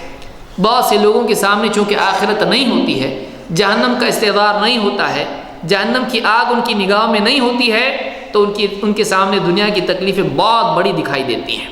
ایک آدمی اگر چاہتا ہے کہ دنیا کی تکلیف ہلکی دکھائی دے تو ہر تکلیف میں وہ یہ سمجھے، یہاں تک کہ کانٹا بھی اگر اس کو چبھتا ہے وہ یہ سوچے کہ اللہ رب العالمین نے اس کے ذریعے جہنم کی آگ سے مجھ کو بچا لیا ہے. اگر جہنم کی آگ سامنے ہوگی تو اس تکلیف پر بھی خوشی محسوس ہوگی، الحمدللہ علی کل حال تب زبان سے نکلے گا۔ ہر حال میں اللہ کی تعریف ہے، کیوں؟ اس لیے کہ اللہ نے یہ تکلیف دے کے آخرت کی تکلیف مجھ سے ہٹا دی ہے۔ تو یہ بھی ایک ذریعہ ہے کہ ایک آدمی بیمار ہے اور مصیبتیں اس پر آ رہی ہیں، تو ایسے حالات میں وہ دنیا کی تکلیف کے مقابلے میں آخرت کی تکلیف کو اگر رکھے تو یہ تکلیف ہلکی ہو جاتی ہے اور آدمی کا غم ہلکا ہو جاتا ہے۔ نمبر 3، ماضی کے تجربات بھی انسان کو غمگین کرتے ہیں۔ بعض اوقات ایک آدمی سوچتا ہے کہ کاش میں نے فلاں چیز کی ہوتی، بزنس آفر آیا تھا لیکن میں نے اس وقت میں ہاں نہیں کہا اور آج تک میں غلام کا غلام بکریاں چرا رہا ہوں، یا فلاں رشتہ کتنا اچھا آیا تھا، کاش کہ میں ہاں کہتا، اور فلاں رشتہ جو آیا تھا کاش کہ میں ہاں نہیں کہتا، نکاح میرا ہوا کاش کہ میں یہ رشتہ قبول نہیں کرتا، جب سے نکاح ہوا ہے مصیبت میں مبتلا ہوں۔ تو بعض اوقات انسان کے سامنے اس کی ماضی کی کوئی غلطی ہوتی ہے، بعض اوقات یہ غلطی سنگین ہوتی ہے۔ مثلا گھر میں وہ نہیں تھا، روزانہ اس وقت میں رہتا ہے لیکن فلاں وقت میں نہیں تھا، اور باپ کو، ماں کو، بیوی کو ہارٹ اٹیک ہوا اور یہ اس وقت گھر میں نہیں تھا، کسی کام سے ایسی باہر گیا ہوا تھا، اور اس کو افسوس ہوتا ہے کہ کاش اس وقت میں گھر میں ہوتا، کاش کہ میں فلاں مسئلے میں، مثلا دواخانے میں گئے اور ڈاکٹر کہتا ہے کہ آپ کو آپریشن کرنا پڑے گا، اگر نہیں کریں گے نقصان ہو سکتا ہے، دوسرے ڈاکٹر کے پاس لے جاتا ہے سیکنڈ اوپینین کے لیے، اب وہ ڈاکٹر کہتا ہے کہ نہیں آپریشن کی ضرورت نہیں ہے، ہم دوسری تھراپی سے ان کا علاج کریں گے، ٹھیک ہو جائیں گے، کوئی مسئلہ نہیں ہے۔ اب یہ طے نہیں کر پاتا ہے، یہ آپریشن کینسل کر دیتا ہے اور یہ سوچتا ہے کہ چلو آپریشن اس عمر میں والد صاحب کا آپریشن نہیں کریں گے، بلکہ ہم کیا کریں گے، آسان علاج کریں گے، دوائیوں کے ذریعے سے علاج کریں گے۔ بیماری بڑھ جاتی ہے، موت آ جاتی ہے، اب یہ اپنے آپ کو اس کا ذمہ دار زندگی بھر قرار دیتا ہے، میری وجہ سے یہ نقصان ہوا ہے، زندگی بھر اپنے آپ کو کوستا رہتا ہے۔ اولاد، نئی گاڑی باپ نے خریدی اور بیٹے نے کہا کہ لائیے گاڑی میں چلاتا ہوں، ذرا ایک گھوم کے آتا ہوں، دیکھتا ہوں گاڑی کیسی ہے، باپ دیتا ہے چابی، اولاد گاڑی لے کے گئی، بیٹا گاڑی لے کے گیا اور راستے میں ایکسیڈنٹ ہو گیا، موت ہو گئی۔ یہ زندگی بھر اپنے آپ کو کوستا رہتا ہے کہ میں نے کیوں اس کو چابی دی ہے، میں نے اس کو چابی دی، میری وجہ سے اس کی موت ہوئی ہے، یہ دکھ زندگی بھر اس کو کھاتا رہتا ہے۔ یہ جو چیز ہے آدمی کو دکھی کرتی ہے، ماضی کے کچھ تلخ تجربات، ماضی کی کچھ غلطیاں انسان کی زندگی اور اس کے حال کو دکھی کر دیتی ہیں، لہٰذا یہ بھی ایک بہت بڑا سبب ہے لوگوں کی زندگیوں میں غم کے آنے کا۔ اللہ کے نبی صلی اللہ علیہ وسلم فرماتے ہیں، المؤمن القوی خیر و احب الی اللہ من المؤمن الضعیف وفی کل خیر۔ ایک مضبوط ایمان والا اللہ کے نزدیک اس مومن سے بہتر ہے جو کمزور ہو، ہمت کا کمزور ہے، اور ایک ہمت والا مومن ہے، چاہے جسمانی اعتبار سے کمزور ہو لیکن اس کے اندر ہمت ہے۔ ایک ہمت والا مضبوط مومن اللہ کو کمزور مومن سے زیادہ پسند ہے، لیکن وفی کل خیر، لیکن دونوں میں خیر ہے، اس لیے کہ دونوں کے پاس ایمان ہے، اس اعتبار سے دونوں میں خیر ہے۔ احرص علی ما ينفعک واستعن باللہ ولا تعجز، آپ نے فرمایا کہ جو چیز تجھ کو نفع دے اس کی حرص کر اور اللہ سے مدد چاہ اور عاجز مت بن، یہ مت سمجھ کہ کچھ نہیں ہوگا، میں کتنا ہی کچھ نہ کر لوں کچھ نہیں ہوگا، بلکہ عاجز مت بن۔ وَإِنْ أَصَابَكَ شَيْءٌ فَلَا تَقُلْ لَوْ أَنِّي فَعَلْتُ كَانَ كَذَا وَكَذَا، اگر کوئی مصیبت تجھ کو پہنچے تو یوں مت کہہ کہ کاش کہ میں ایسا کرتا تو ایسا ہوتا، میں نے ایسا کیا ہوتا تو ایسا ہوتا، وَلَكِنْ قُلْ قَدَرُ اللَّهِ وَمَا شَاءَ فَعَلَ، بلکہ یوں کہہ اللہ کی تقدیر ہے، اللہ نے جیسا چاہا ہو گیا، جو اللہ نے چاہا ہوا، ہوتا وہی ہے جو اللہ چاہتا ہے، میری چاہت سے کچھ نہیں ہوتا، کاش کہ میں ایسا کرتا تو تقدیر کو بدل دیتا، کاش کہ میں ایسا کرتا تو اللہ پر سبقت لے جاتا، نہیں، بلکہ اللہ جو چاہتا ہے وہی ہوتا ہے۔ بلکہ بعض اوقات بعض روایات میں بھی ہے کہ جب بندے کی موت ہوتی ہے کسی زمین میں تو اللہ تعالیٰ اس زمین میں بندے کی ضرورت پیدا کر دیتا ہے، وہ وہاں جاتا ہے اور وہاں مرتا ہے۔ تو یہ اللہ تعالیٰ ہے جو انسان کی موت کے، تکلیف کے، راحت کے اسباب پیدا کرتا رہتا ہے۔ انسان کا اس میں کوئی دخل نہیں ہوتا ہے، بس وہ سبب کے درجے میں ہوتا ہے۔ تو آپ صلی اللہ علیہ وسلم فرماتے ہیں وَلَكِنْ قُلْ قَدَرُ اللَّهِ وَمَا شَاءَ فَعَلَ، بلکہ تو یوں کہہ یہ اللہ کی تقدیر ہے، اللہ جو چاہتا ہے کرتا ہے۔ فَإِنَّ لَوْ تَفْتَحُ عَمَلَ الشَّيْطَانِ، اس لیے کہ اگر کا جملہ، اگر سے جملے بنانا، اگر میں ایسا کرتا، یہ حسرت کے جملے، کاش کہ میں ایسا کرتا، یہ جملے شیطان کے عمل کا دروازہ کھولتے ہیں۔ کیوں؟ یہ اللہ کی تقدیر سے فرار اور تقدیر پر سبقت کے جذبات انسان میں پیدا کرتے ہیں، یہ مایوسی پیدا کرتے ہیں، یہ ناشکری پیدا کرتے ہیں، یہ شکایت پیدا کرتے ہیں، یہ تقدیر کے عقیدے میں عیب پیدا کرتے ہیں۔ لہٰذا آدمی کو چاہیے کہ جب ہو گیا آدمی چھوڑ کے آگے بڑھ جائے۔ اس کو بدل سکتا ہے؟ نہیں بدل سکتا ہے۔ ایک آدمی جو ہو چکا ہے اس کو بدل نہیں سکتا ہے، پھر خواہ اپنے دل میں اس کا سردرد لے کے گھومنا، اپنے دل میں اس کا دکھ لے کے گھومنا، اس سے کچھ ہونے والا نہیں ہے۔ ماضی کے غم کو ایک انسان اس اعتبار سے نہیں بدل سکتا ہے کہ واقعہ بدل دے، البتہ اپنے دل کی کیفیات بدل سکتا ہے اللہ سے تعلق کو صحیح کر کے، اپنی علم کی روشنی کے ذریعے سے وہ اپنے دل کو صحیح کر سکتا ہے۔ لہٰذا جیسے ایک آدمی ہے، اگر مان لیجیے ایکسیڈنٹ ہو گیا، ہاتھ فریکچر ہو گیا، اب واپس جا کے ایکسیڈنٹ کو ریوائنڈ نہیں کر سکتا ہے، لیکن فریکچر ہو گیا تو اب اس کے لیے علاج کر سکتا ہے۔ تو ایک آدمی حالات کو بدل نہیں سکتا ہے، وہ ہو گیا، اب اس کے بعد ہم کو کیا کرنا چاہیے؟ آدمی کی نگاہ پر ہونا چاہیے، اور تقدیر کا عقیدہ آدمی کو ہمت دیتا ہے، اور کسی ایک کو مجرم قرار دینا کہ اس کی وجہ سے ہوا اور اس کی وجہ سے ہوا، ایسا نہیں ہوتا ہے، بلکہ تقدیر کے عقیدے کی وجہ سے آدمی یہ سمجھتا ہے کہ اللہ نے جو چاہا وہی ہو گیا۔ اسی طرح سے بعض اوقات مستقبل کی فکر بھی آدمی کو پریشان کرتی ہے، معلوم نہیں کل کیا ہوگا۔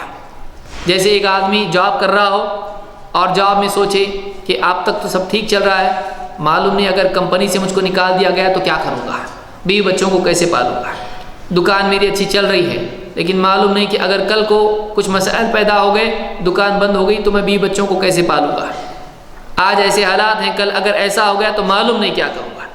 خام خواہ کی فکریں بھی آدمی کو پریشان کرتی ہیں۔ ایک آدمی بعض اوقات ایسی مصیبتوں سے گھبراتا ہے جو آنے والی نہیں ہیں، جو اس کے تصور میں ہوتی ہے، اور تصور والی مصیبتوں سے گھبرا کے تصور ہی میں پریشان ہوتا ہے اور اپنی زندگی کو دکھی بناتا ہے۔ آدمی کو چاہیے کہ وہ اللہ پر توکل کرے۔ اللہ پر اعتماد انسان کے لیے مصیبتوں سے نجات کا ذریعہ ہے۔ اللہ پر توکل انسان کو ہمت دیتا ہے۔ مثال کے طور پر آدمی اگر ڈر رہا ہو فلاں دشمن اس کو مارنے والا ہے، فلاں دشمن اس کے خلاف سازش کر رہا ہے، اب اس ملک کا حاکم کہے میں ہوں، گھبراؤ مت، کچھ بھی ہوگا رات دن کبھی بھی مجھ کو ایک کال کرنا، لو میرا نمبر ہے، اس ملک کا حاکم کہے اس سے، اب اس کو بے فکری ہو جائے گی، چلو حاکم تو میرے ساتھ ہے۔ جتنا بڑا اعتماد، جتنی بڑی شخصیت ہوتی ہے اتنا زیادہ اعتماد آدمی کو ہوتا ہے، اتنی زیادہ بے فکری ہوتی ہے۔ اللہ سے بڑا کون ہے؟ اور حاکم کو بھی وسائل کی ضرورت ہوتی ہے، اس کو بھی اسباب کی ضرورت ہوتی ہے، اس کے علم میں نقص ہوتا ہے، اس کی صلاحیتیں محدود ہوتی ہیں، وہ تقدیر پر سبقت نہیں لی جا سکتا ہے، اس کو بھی بعض اوقات ہونے کے بعد سب معلوم ہوتا ہے، لیکن اللہ رب العالمین ہونے سے پہلے جانتا ہے، جو ہونے والا ہے اس کو روک سکتا ہے، اللہ جو چاہتا ہے کرتا ہے، اس کا علم، اس کی قدرت کامل ہے، اس کی رحمت ساری چیزوں کو شامل ہے۔ لیکن ایک انسان اگر مخلوق پر اعتماد کر کے مطمئن ہو سکتا ہے تو اللہ پر کیوں نہ اعتماد کرے؟ اللہ تعالیٰ فرماتا ہے وَتَوَكَّلْ عَلَى الْحَيِّ الَّذِي لَا يَمُوتُ، اس ذات پر توکل کر جو زندہ ہے اور اسے موت آنے والی نہیں ہے۔ مثلا ایک آدمی کسی حاکم کے وعدے پر مطمئن ہو جائے اور کل کو معلوم ہو جائے کہ حاکم ہی کی موت ہو گئی، بتائیے اب کیا کرے گا؟ یہ اللہ پر اعتماد کرے جو زندہ ہے اور اس کو موت نہیں آنے والی ہے، اللہ کو موت نہیں ہے۔ اللہ کے نبی صلی اللہ علیہ وسلم فرماتے ہیں لو انکم کنتم توکلون علی اللہ حق توکلہ لرزقتم کما یرزق الطیر تغدو خماصا وتروح بطانا۔ امام احمد، ترمذی، ابن ماجہ اور حاکم نے اس کو روایت کیا ہے۔ آپ فرماتے ہیں کہ اگر تم اللہ پر ویسے توکل کرنے لگو جیسا کہ توکل کرنے کا، بھروسہ، اعتماد کرنے کا حق ہے، تو اللہ ویسے تم کو رزق دے گا جیسے پرندوں کو دیا جاتا ہے، صبح سویرے اپنے گھونسلے سے نکلتے ہیں رزق کی تلاش میں اور شام کو بھر پیٹ واپس لوٹتے ہیں۔ اللہ سب کے لیے انتظام کرتا ہے، تیرے لیے کیوں نہیں کرے گا؟ تو ماں کے پیٹ میں تھا، وہاں کوئی شاپنگ مال تھا، وہاں کوئی بطاقہ تھا تیرے پاس، وہاں کوئی ڈالر ریال یا یورو تیرے پاس تھا؟ کچھ نہیں۔ وہاں نہ برتن تھے، نہ گلاس تھا، نہ پلیٹ تھی، نہ کچھ بھی نہیں تھا۔ وہاں پر اللہ نے تجھ کو 9 مہینے تک پالا بغیر کسی ظاہری سبب کے، ماں کے پیٹ میں رکھ کے تیری غذا کا، تیری حیات کا، تیری سانس کا انتظام کیا۔ نہ کوئی ڈاکٹر وہاں پر ہے، نہ کوئی انجینئر وہاں پر ہے، نہ کچھ ہے وہاں پر۔ جو اللہ ماں کے پیٹ میں رکھ کر انسان کو اس اندھیری کوٹری میں پال سکتا ہے، اس کو بچا کے زندہ رکھ سکتا ہے، وہ اس دنیا میں جس میں سارے وسائل ہمارے لیے حلال کیے گئے ہیں، جن کو اللہ نے حلال کیا ہے، اور سارے اسباب اور صلاحیتیں اللہ نے دی ہیں، اس دنیا میں ہم کو کیوں نہیں پالے گا؟ لیکن انسان کی نگاہ کی تنگ نظری، اس کی تنگ نظری اس کو اللہ پر توکل سے محروم کر دیتی ہے۔ اس کی نگاہ اللہ پر ہونا چاہیے۔ جب آدمی اپنے آپ کو دیکھتا ہے، اپنے اطراف کو دیکھتا ہے، تو سب ٹمٹماٹا دکھائی دیتا ہے، اندھیرا دکھائی دیتا ہے۔ لیکن اگر اللہ کی طرف اس کی نگاہ ہو تو امید بنتی ہے، اور توکل انسان کے لیے ہمت پیدا کرتا ہے۔ آپ موسیٰ علیہ السلام کو دیکھیں، پیچھے سے فرعون ہے، آگے دریا ہے، اور قوم گھبرا رہی ہے۔ انا لمدرکون، پکڑے گئے نا آخرکار۔ قوم کیا کہہ رہی ہے؟ پکڑے گئے ہم لوگ، فرعون پیچھے ہے، آگے دریا، اب کیا کریں بتائیے؟ موسیٰ علیہ السلام کا توکل اللہ پر ہے۔ موسیٰ علیہ السلام نے کہا کلا، نہیں، ان معی ربی سیہدین، میرا رب میرے ساتھ ہے، مجھ کو راہ بتائے گا، میری رہبری دے گا، مجھ کو رہبری دے گا۔ اللہ تعالیٰ نے راہ صرف بتائی نہیں، بلکہ اللہ نے راہ بنائی۔ اللہ تعالیٰ راستہ صرف بتاتا نہیں، بعض اوقات بناتا ہے۔ وَمَن يَتَّقِ اللَّهَ يَجْعَل لَّهُ مَخْرَجًا وَيَرْزُقْهُ مِنْ حَيْثُ لَا يَحْتَسِبُ۔ جب بندہ اللہ سے ڈرنے والا ہوتا ہے، جو اللہ کے خوف سے زندگی گزارتا ہے، جس کی ساری زندگی کا اصل بنیادی خوف اللہ کی ناراضگی ہوتی ہے، آخرت کی سزا ہوتی ہے، دنیا میں اللہ کی پکڑ ہوتی ہے، تو ایسا انسان اللہ کی نصرت کا استحقاق پیدا کرتا ہے۔ اللہ اس کے لیے راستہ بناتا ہے اور ایسی جگہ سے اس کو رزق دیتا ہے جہاں سے اس کا گمان بھی نہ ہو۔ لہٰذا آدمی کو چاہیے کہ اللہ پر توکل کرے۔ اگر دکھائی دیتا ہے کہ کل کچھ پریشانی ہے، اللہ پر بھروسہ کر کے وہ اسباب اختیار کرے جو اللہ نے اس کے لیے جائز رکھے ہیں۔ یہاں پر یہ بھی بتایا گیا کہ پرندے اپنے گھونسلے میں بیٹھے انتظار نہیں کرتے ہیں کوئی لا کے دے دے، بلکہ پرندے خود تلاش میں نکلتے ہیں، لیکن ان کا توکل اللہ پر ہوتا ہے۔ تو اللہ پر توکل کے ساتھ اپنی صلاحیت کو استعمال کرنا، کوشش کرنا اپنی طاقت کے بقدر، یہ انسان کے لیے اللہ کی نصرت کا ذریعہ بن جاتا ہے۔ اسی طرح سے انسان کو ذہنی سکون اس کا چھیننے والی ایک چیز خود انسان کی کرتوت بھی ہے، اس کے گناہ ہیں جو انسان کو پریشان کرتے ہیں۔ اللہ کے نبی صلی اللہ علیہ وسلم فرماتے ہیں وَالْإِثْمُ مَا حَاكَ فِي صَدْرِكَ وَكَرِهْتَ أَن يَطَّلِعَ عَلَيْهِ النَّاسُ۔ امام مسلم نے اس کو روایت کیا ہے۔ گناہ کیا ہے؟ گناہ وہ چیز ہے جو تیرے جی میں کھٹک پیدا کرتی رہے، تیرے جی میں کھٹکتی رہے، اور تو اس بات سے ڈرتا رہے کہ کہیں لوگوں کو اس کی خبر نہ ہو جائے۔ گناہ کا اثر کیا ہوتا ہے؟ ڈر اور فکر، بے چینی۔ آدمی ایک گناہ کرتا ہے، اکاؤنٹ میں گھپلا کر دیا، دھوکے بازی کر دی، کسی نے نہیں دیکھا، لیکن اندر سے ایک آواز آتی ہے، چور، تو نے چوری کی ہے، تو دھوکے باز ہے، تو خائن ہے۔ اب یہ دائیں کروٹ پہ ہو یا بائیں پہ، آواز برابر آتی رہتی ہے۔ وہ کھاتا ہے، لقمے میں آتا ہے، چوری کا کھا رہا ہے، اندر سے آواز آتی ہے، اندر سے اس کے شعور میں یہ بے چینی رہتی ہے۔ وہ بھوکا رہ لیتا زیادہ اچھا تھا، سکون کے ساتھ بھوک اس طرح کی بے چینی کے ساتھ کھانے سے زیادہ بہتر ہے۔ تو گناہ آدمی کا سکون چھین لیتا ہے، اور بعض اوقات جو چھپ کے گناہ ہوتا ہے، اللہ کی پکڑ یہ تو اپنی جگہ، اپنی نگاہ میں مجرم، یہ بھی اپنی جگہ، دنیا میں بھی لوگوں میں اس کا گناہ کھلنے اور اس کے بھید کھلنے کا ڈر اس کو لگا رہتا ہے کہ کہیں کسی دن کوئی آ کے چیک نہ کر لے اکاؤنٹ اور میری چوری پکڑی نہ جائے۔ ہمیشہ 1 ریال چوری کیا ہے، لیکن زندگی بھر اس کو پریشانی رہتی ہے۔ تو ایک آدمی جب گناہ کرتا ہے تو اس کے دل سے سکون چھن جاتا ہے، اور وہ ہمیشہ ڈر میں جیتا رہتا ہے کہ کہیں میرا گناہ پکڑا تو نہ جائے۔ کئی لوگوں کی نگاہ میں ذلیل نہ ہو جاؤں۔ آدمی کو چاہیے کہ وہ اللہ کے آگے ذلیل ہونے سے ڈرے۔ مخلوق کا ڈر کوئی ڈر نہیں ہے، اللہ سے ڈرنا اصل ہے۔ یوم تبلی السرائر، قیامت کے دن جب سارے بھید کھولے جائیں گے، دلوں کے اندر کیا نفاق تھا، کیا ریاکاری تھی، کتنا حقیقی ایمان تھا، کس کے لیے عمل کیا، قیامت کے دن خیانتیں اور امانتیں ساری کھول دی جائیں گی۔ آدمی اگر اس بات کو ذہن میں رکھے تو وہ اللہ کے آگے اپنے آپ کو صحیح کر کے سکون سے رہے گا۔ لاکھ تہمتیں لوگ اس پر لگائیں، لیکن اگر وہ دل میں جانتا ہے کہ نہیں میں نے خیانت نہیں کی ہے، وہ سکون سے سوئے گا۔ لیکن سب اس کو امین مان رہے ہوں، لیکن دل میں جانتا ہے کہ میں نے خیانت کی ہے، لوگوں کی تعریف اس کو کوئی سکون نہیں دے گی۔ اندر سے جان ہوگا ہاں معلوم ہے کتنا امین ہے، اندر سے آواز آئے گی، اس کو سکون نہیں ملے گا، وہ اپنی نگاہ میں ذلیل ہوگا۔ لہذا گناہ آدمی کے سکون کو چھینتا ہے، آدمی کو چاہیے کہ وہ گناہ سے بچتا رہے۔ اللہ کے نبی صلی اللہ علیہ وسلم فرماتے ہیں ان المؤمن اذا اذنب كانت نقطة سوداء في قلبه، مومن جب گناہ کرتا ہے اس کے دل پر ایک کالا دھبا لگ جاتا ہے۔ فإن تاب ونزع واستغفر صقل قلبه، اگر وہ توبہ کر لے، اپنے اس گناہ سے رجوع کرے، اللہ کی طرف رجوع کرے اور اس گناہ کو چھوڑ دے، نزع، اور اللہ سے ماضی کی غلطی پر استغفار کرے، اس کے دل کا دھبا مٹا دیا جاتا ہے۔ فإن زاد زادت، لیکن توبہ کی بجائے، گناہ کو چھوڑنے کی بجائے، استغفار کی بجائے مزید گناہ کرے تو وہ دھبا اتنا ہی باقی نہیں رہتا بلکہ بڑھ جاتا ہے، یہاں تک کہ حدیث میں آیا کہ حتی تعلو قلبہ، یہاں تک کہ وہ پورے دل پر چھا جاتا ہے، پھر ہدایت دل میں داخل نہیں ہوتی ہے۔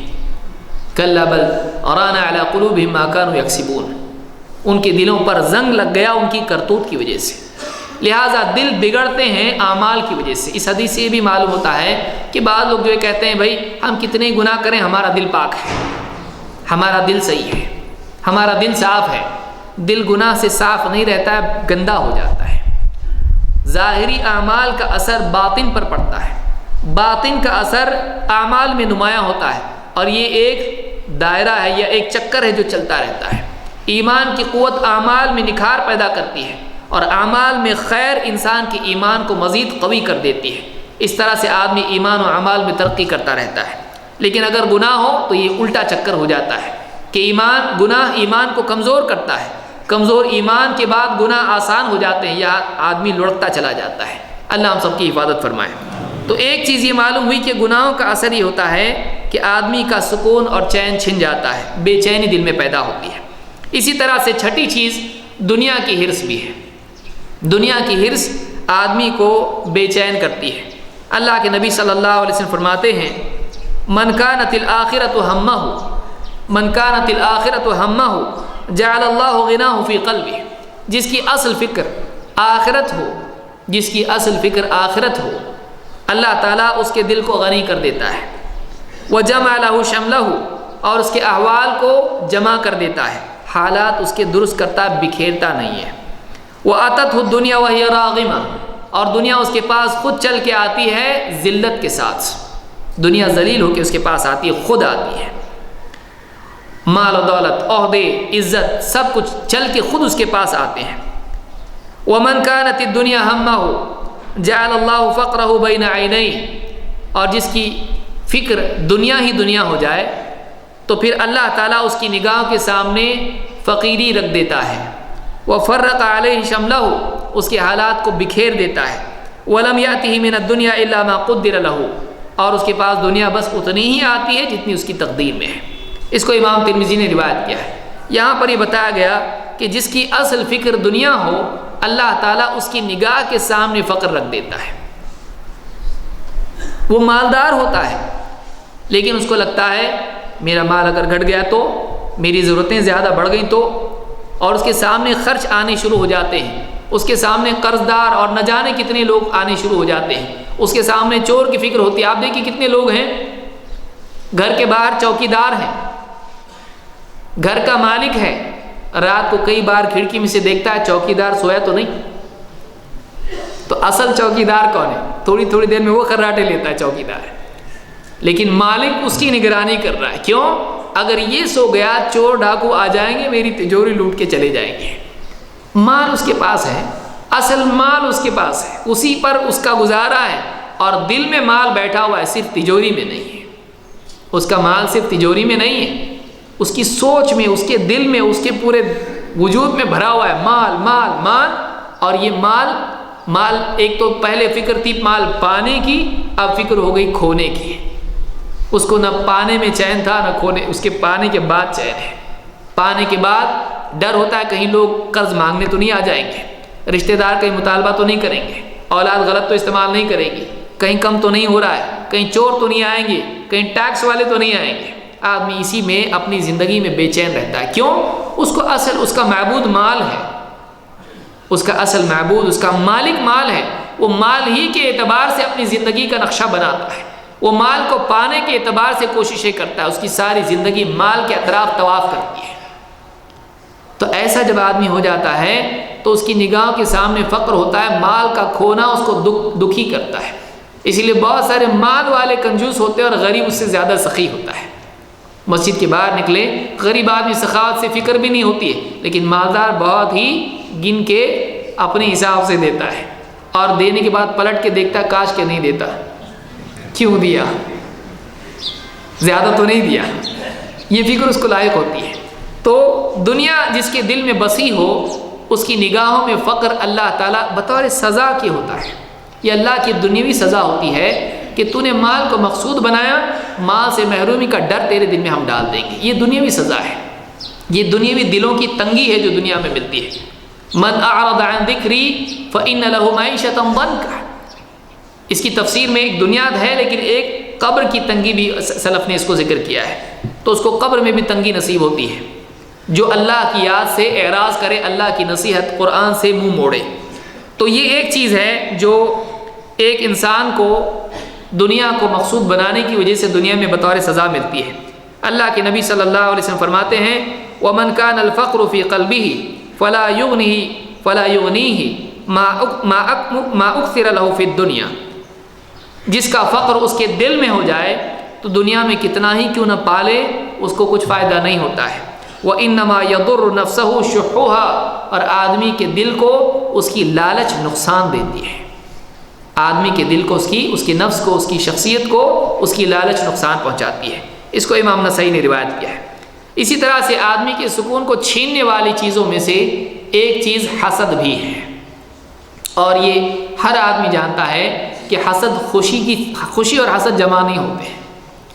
حسد کیا ہے؟ دوسرے کی نعمت دیکھ کے یہ چاہنا اس کو نہ ملے تو کتنا اچھا، یا اس کے بارے میں مستقبل کے اعتبار سے سوچنا کاش کی چیز اس کو نہ ملے۔ کسی کو نعمت ملنے کے اعتبار سے چاہنا کہ نہ ملے، اور ملی ہے تو چھن جائے۔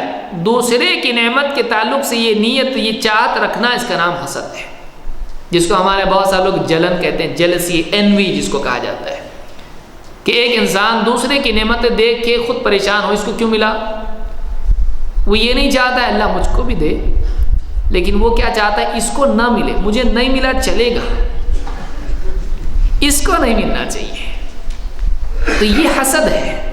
یہ کبھی عہدے میں ہوتا ہے، کبھی مال میں ہوتا ہے، کبھی عزت میں ہوتا ہے، کبھی کسی اور چیز میں ہوتا ہے، اور یہ دکھ ہے، کیونکہ دوسروں کو جب ملتا دیکھتا ہے تو خود دکھی ہوتا ہے، چاہے اس کو ملے نہ ملے، لیکن وہ چاہتا ہے دوسرے کو نہ ملے۔ اللہ کے نبی صلی اللہ علیہ وسلم فرماتے ہیں لا یزال الناس بخیر ما لم یتحاسدوا، لوگ ہمیشہ خیر پر رہیں گے جب تک کہ آپس میں ایک دوسرے سے حسد نہ کرنے لگے۔ آدمی سے خیر چھن جاتی ہے جب وہ حسد کرتا ہے، اس سے خیر چھن جاتی ہے۔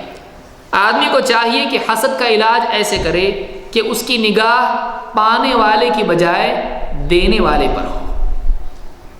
آدمی کیا دیکھتا ہے؟ اس کو کیا ملا، اس کو کیا ملا، مجھ کو کچھ بھی نہیں ملا۔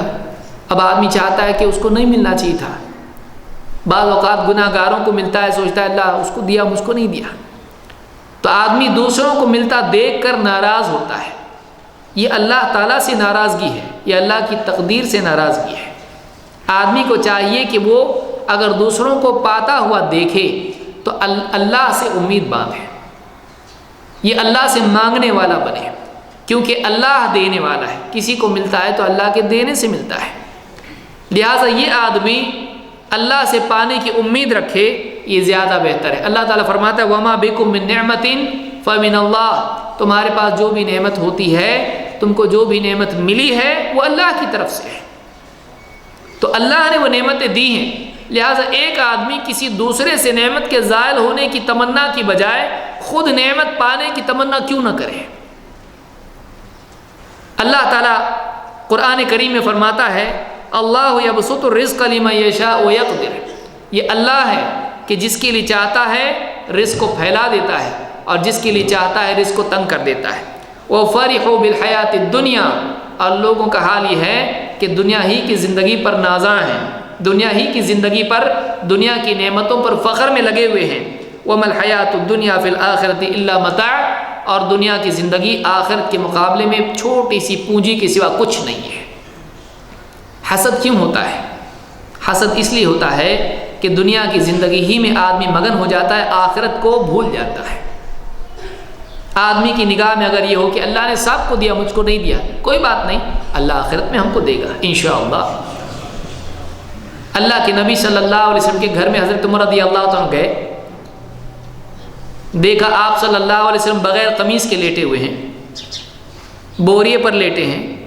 آپ اٹھ کے بیٹھ گئے، دیکھا بدن پر، پہلو پر بوریے کے نشان ہیں۔ پھر بیٹھ کے گھر میں نگاہ ڈالی، ایک کونے میں جو پڑے ہوئے ہیں مٹھی بھر، بغیر دباغت کے چمڑا لٹکا ہوا ہے اور ٹوٹے پھوٹے برتن رکھے ہوئے ہیں۔ حضرت عمر رضی اللہ عنہ رونے لگے، کہا اللہ کے رسول، آپ صلی اللہ علیہ وسلم نے کہا ما یبکیک یا عمر، اے عمر کیوں روتے ہو، کس چیز نے تم کو رلایا؟ کہا اللہ کے رسول، قیصر اور کسریٰ ثمار اور انہار میں ہیں، باغوں میں نہروں میں گھوم پھر رہے ہیں، موج مستی کر رہے ہیں، وَأَنْتَ رَسُولُ اللَّهِ، اور آپ اللہ کے رسول ہیں، اور آپ کے گھر کا یہ حال میں دیکھ رہا ہوں۔ آپ صلی اللہ علیہ وسلم نے اس وقت میں جو جملہ کہا وہ غور کرنے کا ہے۔ حضرت عمر رضی اللہ تعالیٰ کو محرومی کا احساس نبی کے لیے ہو رہا ہے، نبی پر ترس آ رہا ہے، محبت کی وجہ سے غمگین ہو رہے ہیں۔ ہمارا نبی اتنا تنگی میں نہیں ہونا چاہیے، اللہ کا مقرب بندہ، دنیا ساری نعمتیں اللہ کی نبی کو پہلے ملنا چاہیے۔ اب اللہ کے نبی صلی اللہ علیہ وسلم نے حضرت عمر رضی اللہ عنہ کی بات کا اثر نہیں لیا، بلکہ ان کے قلب کی اصلاح کی کوشش کی، ان کی سوچ کو پھیر دیا آخرت کی طرف۔ آپ نے نہیں کہا کہ ہاں آج نہیں تو کل اللہ دے گا، ہاں کیوں معلوم نہیں کیوں دیا، اسلام کو نہیں دیا، ان کو کیوں دیا، نہیں، آپ اللہ کے رسول ہو، انت رسول اللہ، واقعی آپ اللہ کے رسول تھے۔ آپ کی سوچ کی سطح بہت اونچی تھی۔ آپ نے حضرت عمر رضی اللہ عنہ کو ایک ہی جملے میں سمجھا دیا، آپ نے کہا اے عمر، کیا تم یہ پسند نہیں کرتے کہ ان کو دنیا میں مل جائے اور ہم کو آخرت میں ہے؟ جب آخرت سامنے ہو تو دنیا کی محرومی آخرت کی امید پیدا کرتی ہے، آخرت سامنے نہیں ہو دنیا کی محرومی غم اور نا امیدی پیدا کرتی ہے۔ محرومی کا احساس کس کو ہو بھائی؟ جس کو کچھ نہیں ملنے والا ہے۔ دنیا میں اگر نہیں ملا ہے تو یہ محرومی نہیں ہے، آخرت میں اگر نہیں ملتا ہے تو یہ محرومی ہے۔ اگر دنیا کی محرومی کے بدلے میں آخرت میں کچھ ملنے والا ہے تو یہ محرومی نہیں ہے۔ محرومی یہ کہ دنیا میں مل جائے آخرت میں نہ ملے۔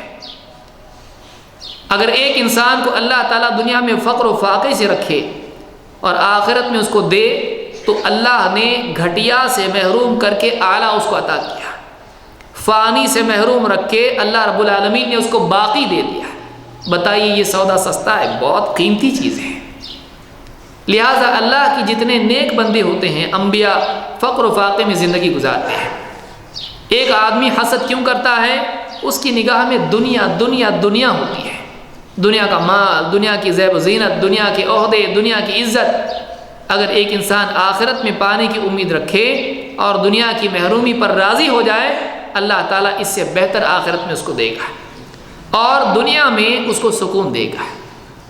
کوئی آدمی کہنے ہم کو ابھی نہیں، ہم کو بعد میں ملنے والا ہے، اگر یہ اس کا ذہن ہو تو پھر اس کو کبھی دکھ نہیں ہوگا۔ ایک بچے اسکول میں مثلا بسکٹ چاکلیٹ لو بچوں کو دے رہے اور ایک بچے کو کہتے تجھ کو ابھی نہیں دیں گے، تیرے لیے بڑی چیز رکھی ہوئی ہے،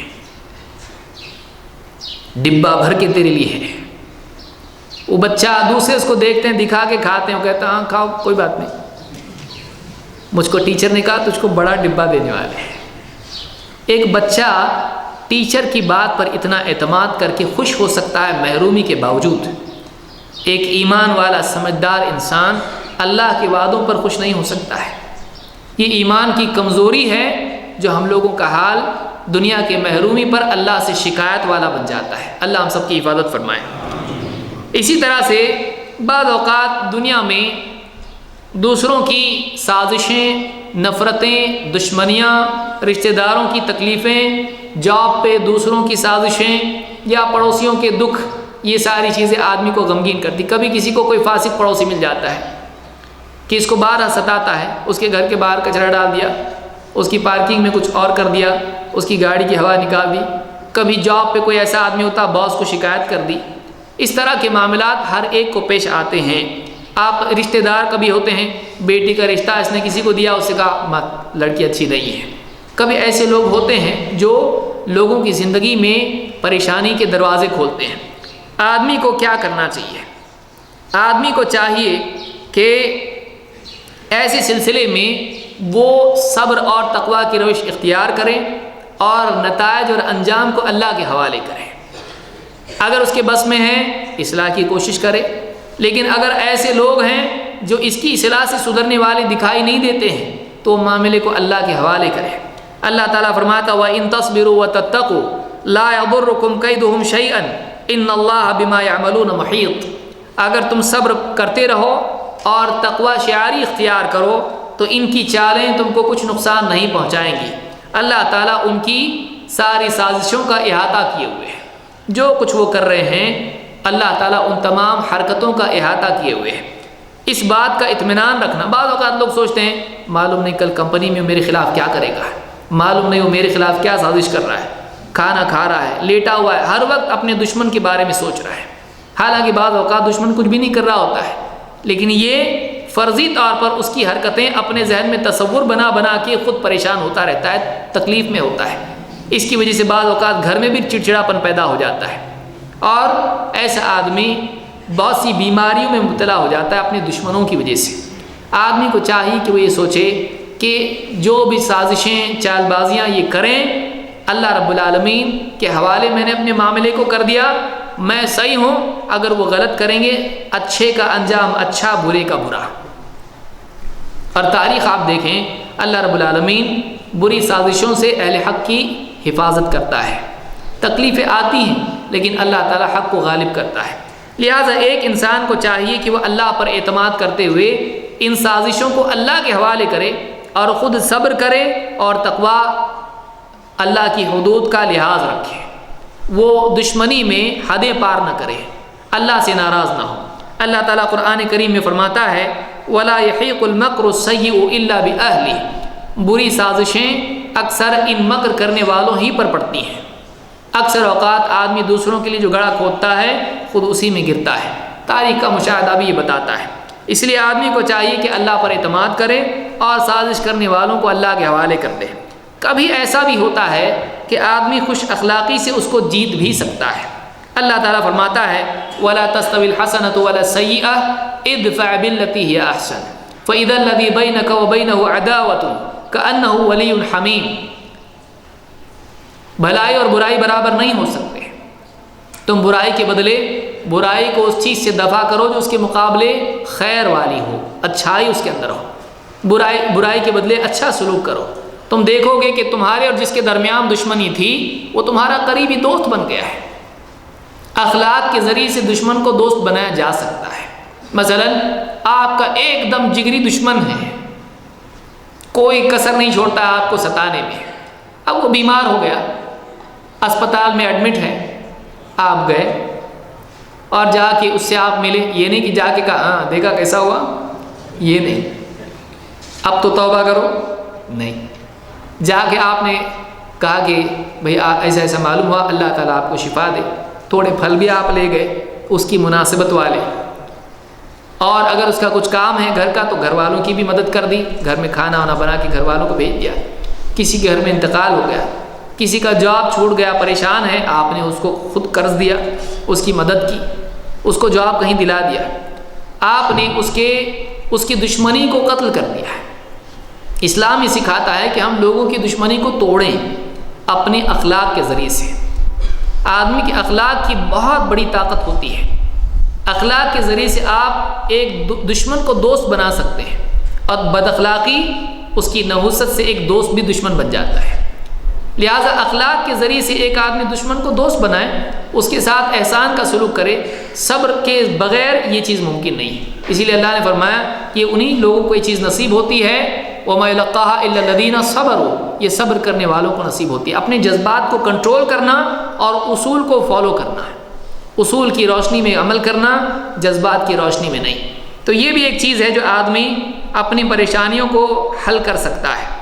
اسی طرح سے بعض اوقات اہل و عیال میں کمیاں ہوتی ہیں، اولاد میں کمیاں، اولاد بات نہیں مانتی ہے، بیوی ہے بعض اوقات خوبصورت نہیں ہے، ماں باپ نے اس کا رشتہ طے کر دیا، نکاح ہو گیا، بعد میں دیکھا بیوی اس کے دل کے جیسی نہیں ہے۔ کبھی ایسا ہوتا ہے اخلاقی اعتبار سے بھی کچھ کام بتا دیا بیوی کو، نہیں مانتی ہے، جو بتایا اس کا الٹا کرتی ہے۔ تقدیر سے بعض اوقات ایسی بیوی بھی کسی کو ملتی ہے جو اس کی جنت کا ذریعہ بنتی، بعض اوقات اس کو ولی بھی بنا دیتی ہے۔ تو اب آدمی ایسے میں بعض اوقات پریشان ہوتا ہے، بیوی میں کمیاں ہوتی ہیں، کبھی بیوی ہے شوہر میں کمیاں ہوتی ہیں، کبھی اولاد میں کمیاں ہوتی ہیں، کبھی والدین کی طرف سے تکلیف ہوتی ہے۔ یہ چاہتا ہے وہ دیندار بن جائے، وہ نہیں بن پاتے ہیں، یہ چاہتا ہے کہ وہ ایسے بنے، وہ نہیں بن پاتے ہیں، گھر کے مسائل آدمی کو پریشان کرتے ہیں۔ تو ایسی جو کمیاں ہوتی ہیں اس سلسلے میں آدمی بعض اوقات چڑ اس کے اندر پیدا ہو جاتی ہے، اور وہ باہر بھی چڑچڑا ہو جاتا ہے، گھر کے غصے وہ باہر نکالنا شروع کرتا ہے، بلکہ بعض اوقات آفس میں مذاق بن جاتا ہے۔ لوگ کہتے ہیں ہاں بیوی نے ڈانٹا ہے، آج بیوی نے کچھ پریشان کیا ہے، اسی لیے آج یہاں کے غصے میں ہیں، صبح کیوں غصے میں بھائی۔ تو بعض اوقات مزاج انسان کا مستقلاً بگڑ جاتا ہے، چھوٹی بات پر بھی اس کو غصہ آنے لگتا ہے، کیونکہ اس طرح کی غلطیوں کی تکرار آدمی کو غصے والا بنا دیتی ہے۔ اللہ تعالیٰ قرآن کریم میں فرماتا ہے ہم کو کیا ذہن رکھنا چاہیے۔ اگر ہم اللہ کی نسبت سے اپنے آپ کو دیکھیں تو ایسی صورت میں اپنی نسبت سے ان کو دیکھنا آسان ہو جاتا ہے۔ اللہ تعالیٰ فرماتا ہے وَلْيَعْفُوا وَلْيَصْفَحُوا وَلْيَعْفُوا وَلْيَصْفَحُوا، ایمان والوں کو چاہیے کہ وہ معاف کر دیا کریں، درگزر کریں۔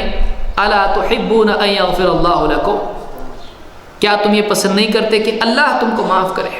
وَاللَّهُ غَفُورٌ رَحِيمٌ، اللہ تو بڑا مغفرت کرنے والا، رحم کرنے والا ہے۔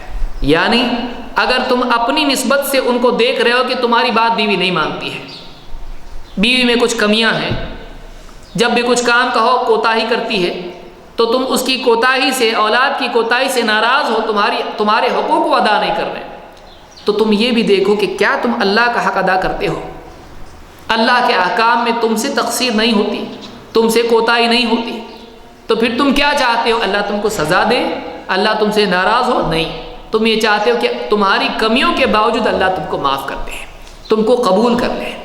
تو کیا تم یہ معاملہ اپنی اولاد، اپنی بیوی، اپنے ماتحتوں کے ساتھ نہیں کر سکتے؟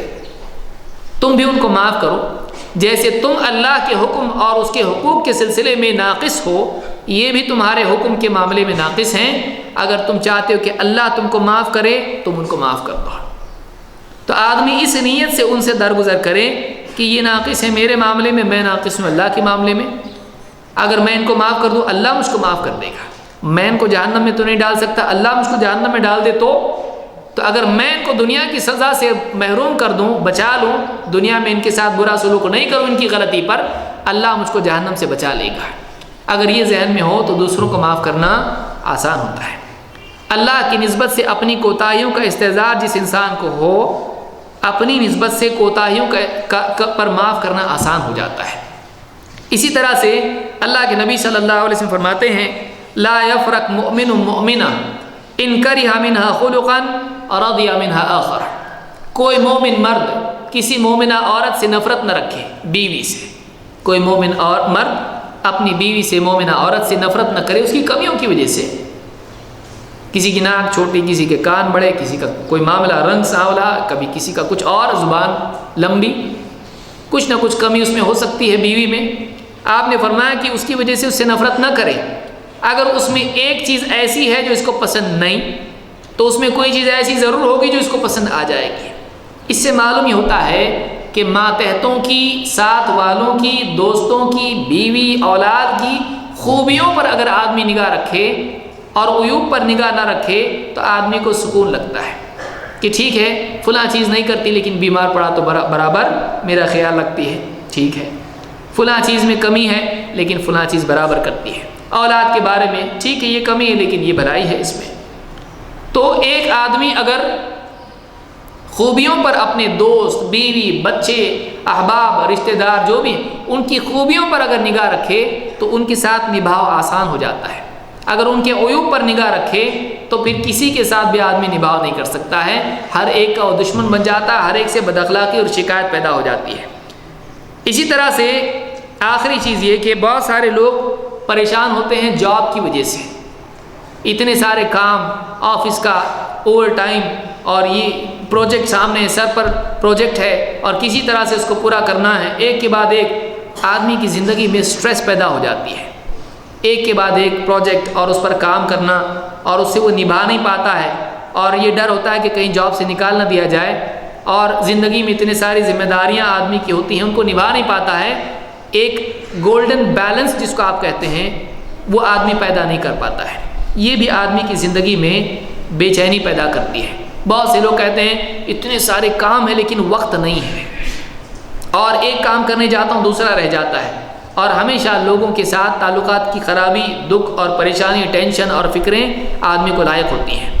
جاب کی وجہ سے بھی بچے کو وقت نہیں دے پاتا ہے، بھی بچوں کی وجہ سے رشتہ داروں کے ساتھ معاملات بگڑ جاتے ہیں، تو ایک آدمی برابر بیلنس نہیں کر پاتا ہے۔ اس میں پہلی چیز یہ ہے کہ آدمی کو چاہیے کہ اپنی زندگی سے کچرا نکال دے۔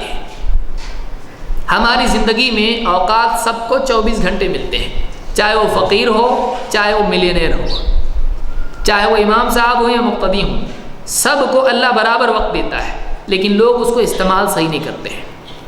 ہماری زندگی میں بہت ساری غیر ضروری چیزیں ہوتی ہیں، اگر ہم ان کو نکال دیں تو ہم کو ہر بھلائی کے لیے وقت ملے گا، چاہے دنیا کا کام ہو یا دین کا کام ہو۔ کتنے لوگ ہیں کہتے ہیں میں کتنے دن سے پریشان ہوں، سوچ رہا ہوں کہ فلانی کتاب پڑھوں لیکن وقت ہی نہیں ملتا ہے۔ اب یہ آدمی وقت اس کو نہیں ملتا ہے، وقت کہاں ہے جو تلاش کرے؟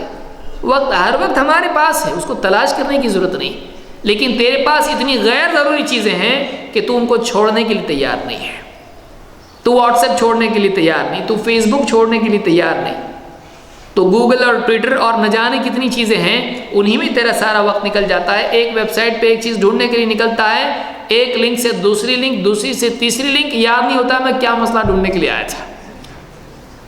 اکثر لوگوں کو ایڈکشن ہو چکا ہے آج۔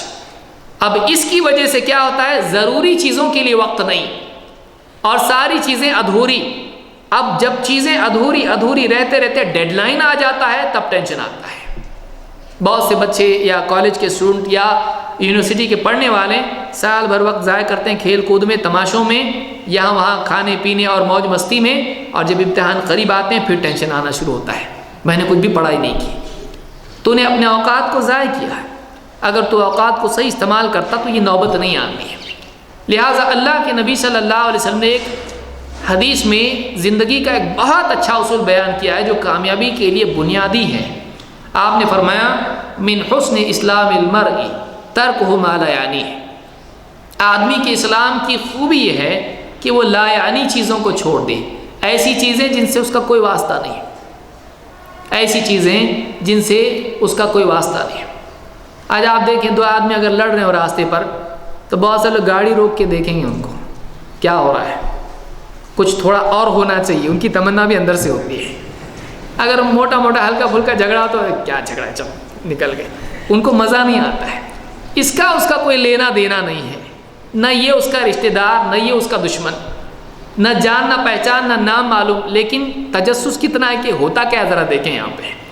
ہم غیر ضروری چیزوں، حالانکہ بیوی کا کیا ہو رہا ہے، بچوں کا کیا ہو رہا ہے نہیں معلوم ہے اس کو، ہم غیر ضروری چیزوں میں اپنے اوقات کو اتنا صرف کر دیتے ہیں کہ ضروری چیزوں کے لیے وقت ہمارے پاس باقی نہیں رہتا ہے۔ اگر ہم ضروری چیزوں کے لیے وقت نکالنا چاہتے ہیں غیر ضروری چیزوں کو نکالنا پڑے گا۔ نمازوں کو وقت نہیں، کیوں؟ آپ کے اوقات دوسری چیزوں میں پھنسے ہوئے ہیں، دین کے بیانات اور دینی دروس میں آنے کے لیے وقت نہیں۔ اگر وہی آدمی فلموں کے لیے وقت اس کے پاس ہے، لوگوں کے ولیموں میں جانے کے لیے اس کے پاس وقت ہے، یہاں وہاں گھومنے پھرنے کے لیے، اور ٹیلی ویژن پر فٹ بال اور کرکٹ کا میچ دیکھنے کے لیے 6 گھنٹے اس کے پاس ہے، اتنا وقت اس کے پاس ہے۔ بلکہ بعض اوقات لوگوں کا حال یہ ہوتا ہے، میچ دیکھنا ہے، کہیں آخر کے اوور ہیں، اب کیا کریں گے، مغرب کی نماز بھی گھر میں پڑھ لیں گے اور پھر واپس دیکھیں گے، باوضو ہو کے ٹی وی دیکھ رہے ہیں۔ بہت سے لوگ آپ دیکھیے کہ جب بیچ میں جو بریک آتا ہے فوراً اٹھ کے وضو کر لے گا، پھر دوسرا بریک آیا نماز پڑھ لے گا۔ آدمی برابر بریک میں نماز اور وضو کر کے ایک بھی اس کا رن چھوٹنا نہیں چاہیے، حالانکہ وہ جیت کے اس کو ٹرافی دینے والے نہیں ہیں، اور اگر یہ ہاتھ ملانے جائے تو ہاتھ بھی نہیں ملائیں گے، اس کی کوئی قیمت بھی نہیں ان کے پاس ہے، لیکن کتنا فین ہے ان کا کہ اگر وہ جیت جاتے ہیں تو پیڑے بانٹ دے گا بستی میں، سوچئے۔ تو یہ حال ہمارا ہوا ہے، ہم اوقات کو ضائع کرتے ہیں۔ اوقات کو ضائع کرنا زندگی کو ضائع کرنا ہے۔ آپ غیر ضروری کو چھوڑ دیجئے، ضروری کے لیے آپ کے پاس وقت ہی وقت ہے۔ تو یہ عقل مندی ہے۔ اللہ کے نبی صلی اللہ علیہ وسلم فرماتے ہیں نعمتان مغبون فیہما کثیر من الناس الصحۃ والفراغ، 2 نعمتیں ہیں جن کے بارے میں انسانیت کی اکثریت دھوکے میں، خسارے میں ہے۔ مغبون، دھوکے میں ہونا، نقصان میں پڑ جانا۔ 2 نعمتیں ہیں جن کے بارے میں انسانیت کی اکثریت دھوکے اور خسارے میں ہے۔ وہ 2 نعمتیں کیا ہیں؟ صحت اور فارغ وقت، الصحت والفراغ۔ اور یہ 2 چیزیں علماء نے کہا ایک وقت میں جمع ہونا بہت مشکل ہے۔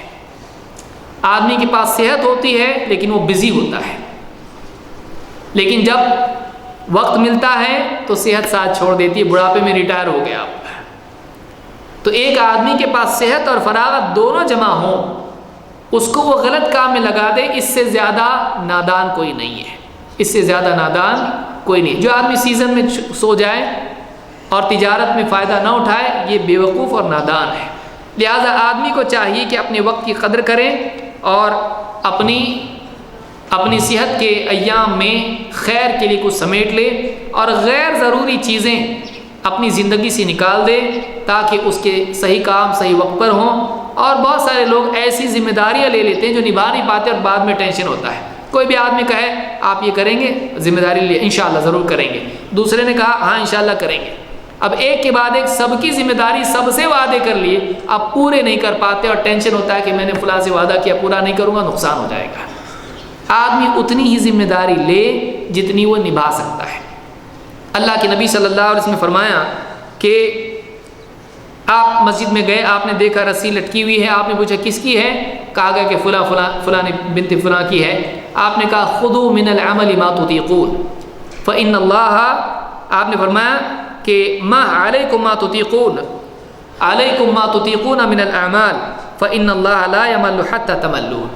تم اتنا ہی عمل اپنے ذمے لو جس کی تم طاقت رکھتے ہو، اس لیے کہ اللہ نہیں تھکتا ہے جب تک کہ تم نہ تھک جاؤ۔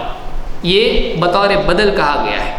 تو ملل کے بارے میں کہا گیا کہ اللہ نہیں اکتاتا یا تھکتا ہے جب تک کہ تم نہیں اکتا جاؤ۔ تو آدمی کو یہ نماز کے بارے میں آپ صلی اللہ علیہ وسلم نے کہا جتنا تم نوافل میں کر سکتے ہو اتنا ہی کرو، خواہ مخواہ اتنا زیادہ اپنے اوپر مصیبت مت اوڑھ لو کہ تم نبھا نہیں پاؤ گے۔ دنیا کے اعتبار سے من باب اولا یہ چیز ہے، اس لیے کہ آخرت سے کم تر دنیا ہے۔ خواہ مخواہ اتنی ذمہ داریاں آدمی لے لے کہ نبھانے کی طاقت نہیں ہو، پھر پریشان ہو کہ مجھ کو اتنی ڈیڈ لائن میں اتنا کرنا ہے، اور پھر آدمی اپنے ٹینشن کی وجہ سے پریشان ہو، تو یہ مناسب نہیں ہے۔ ذہنی سکون کو خواہ مخواہ خراب کرے غیر ضروری چیزوں کی ذمہ داری لے کر۔ تو آدمی کو چاہیے جتنا نبھا سکتا ہے اتنا ہی لے۔ اللہ رب العالمین سے دعا ہے کہ ہم سب کو دنیا اور آخرت میں سکون اور چین کی زندگی نصیب فرمائیں، اور اسلام سے بڑھ کر کوئی نعمت نہیں ہے۔ اتممت علیکم نعمتی، اللہ نے کہا کہ اپنی نعمت تم پر تمام کر دی، یہ سب سے بڑی نعمت ہے جس کی بغیر جنت کی نعمتیں ملنا ممکن نہیں۔ اسلام کے، دین کے، حق کے، صحیح منہج کے ملنے کے بعد اگر دنیا کا کچھ ہم کو نہیں ملتا ہے تو اس میں غم کر کے اپنے اسلام کی نعمت کی ناقدری نہیں کرنا چاہیے۔ اللہ رب العالمین سے دعا ہے کہ ہم سب کو دنیا اور آخرت میں کامیاب فرمائیں، اور دنیا کی محرومی کے بدلے میں اللہ تعالیٰ بہترین بدلہ آخرت میں ہم سب کو نصیب فرمائیں۔ اقول ھذا واستغفر اللہ لی ولکم۔ سب سے پہلے تو میں شیخ محترم کا شکریہ ادا کروں گا بڑے ہی فکری انداز میں اور تربیتی انداز میں اسلام میں فکر اور غم کا علاج جو ہے اس موضوع پر گفتگو فرما رہے تھے۔ اللہ تعالیٰ سے دعا ہے کہ اللہ تعالیٰ مجھے اور آپ کو، ہم سب کو ان باتوں پر عمل کرنے کی توفیق عطا فرمائے، اور اللہ تعالیٰ شیخ محترم کی ان کاوشوں کو اپنی بارگاہ میں قبول فرمائے، اور ہمارا سب کا یہاں پر جمع ہونا اللہ تعالیٰ اپنی بارگاہ میں قبول فرمائے، اور ہمیں یہ جو نصیحتیں یہاں پر کی گئی ہیں اور اس سے آگے پیچھے بھی جب بھی کی جاتی ہیں بھائیو، یہ سب ہماری تربیت کے لیے ہے کہ ہم اس سے سیکھیں، اس کو جانیں، سمجھیں اور پھر اس کے مطابق آگے عمل کریں۔ اللہ تعالیٰ سے دعا ہے کہ اللہ تعالیٰ ہم سب کو عمل کی توفیق دے۔ یہ سوال ہے ایک بھائی کا، خواجہ معین الدین چشتی یہ کہاں سے آئے ہیں، ان کے بارے میں کیا حقیقت ہے، مہربانی وضاحت کر دیں۔ میں بریلوی ہوں، آخر میں یہ بھی لکھا ہے۔ دیکھیے، مجھ کو ابھی ہم لوگ خود طالب علم ہیں اور خود نبی کریم صلی اللہ علیہ وسلم، صحابہ اور تابعین اور ائمہ کے حالات پڑھتے پڑھتے ہم فارغ نہیں ہوئے ہیں۔ انشاءاللہ جب مزید اس سلسلے میں تحقیق ہوگی تو کبھی انشاءاللہ اس کو بھی بتائیں گے۔ لیکن جو بھی اللہ والے ہندوستان آئے یا جتنے ملکوں میں گئے تو جنہوں نے قرآن و سنت کی بنیاد پر لوگوں کو دین کی طرف بلایا، ان تمام اللہ والوں کی قدر کرنا، ان کا احترام کرنا یہ ہمارے لیے ضروری ہے، اس لیے کہ اللہ کے نبی صلی اللہ علیہ وسلم فرماتے ہیں من عاد علی ولی فقد آذنتہ بالحرب، جو میرے کسی ولی سے دشمنی کرے تو اس کو تکلیف پہنچائے تو اس کے ساتھ میرا وہ جنگ کا اعلان ہے، فقد آذنتہ بالحرب، کہ میں نے اس کے ساتھ جنگ کا اعلان کر رکھا ہے۔ تو ہم یہ کہیں گے کہ جتنے بھی صالحین ہیں، میں یہ بات کہوں گا کہ بجائے اس کے کہ ہم ان کی تفاصیل میں جائیں، سب سے پہلے ہم قرآن کا علم حاصل کریں، سنت کا علم حاصل کریں، صحابہ اور سلف کے حالات جانیں، اس کے بعد بہت سارے اللہ والے ہیں ان کے بھی حالات دیکھیں۔ ضروری نہیں کہ کسی کی تفصیل معلوم نہ ہو تو ہم اس کو نہیں مانتے، ہم ان تمام اللہ والوں کو مانتے ہیں جو قرآن و سنت کے پابند تھے، عقیدہ توحید اور نبی کریم صلی اللہ علیہ وسلم کی سنت کے پابند تھے۔ اور ہماری دعوت یہ نہیں کہ ہم اولیاء کو نہیں مانتے۔ بہت سارے لوگ سمجھتے ہیں کہ ہم اولیاء کو نہیں مانتے، ہم اولیاء کو مانتے ہیں، لیکن ہم اولیاء کو اللہ کے برابر یا اللہ جیسا یا اللہ کے حقوق میں شریک نہیں مانتے۔ ہم اللہ کی ربوبیت اور اس کی الوہیت میں ان کو شریک نہیں کرتے ہیں۔ ہم اولیاء کو مانتے ہیں لیکن اولیاء سے نہیں مانگتے ہیں۔ ہم کو سکھایا گیا کہ ہم اللہ سے مانگیں۔ تو جتنے بھی اللہ والے آئے ان کے بارے میں ہم اجمالی طور پر ہماری بات یہ ہے کہ ہم ان کا احترام کریں۔ باقی یہ کہ ان کی تفصیلی حالات میں نے ابھی تک نہیں پڑھے ہیں، لہٰذا بغیر علم کی گفتگو کرنا میرے لیے بھی مناسب نہیں ہے۔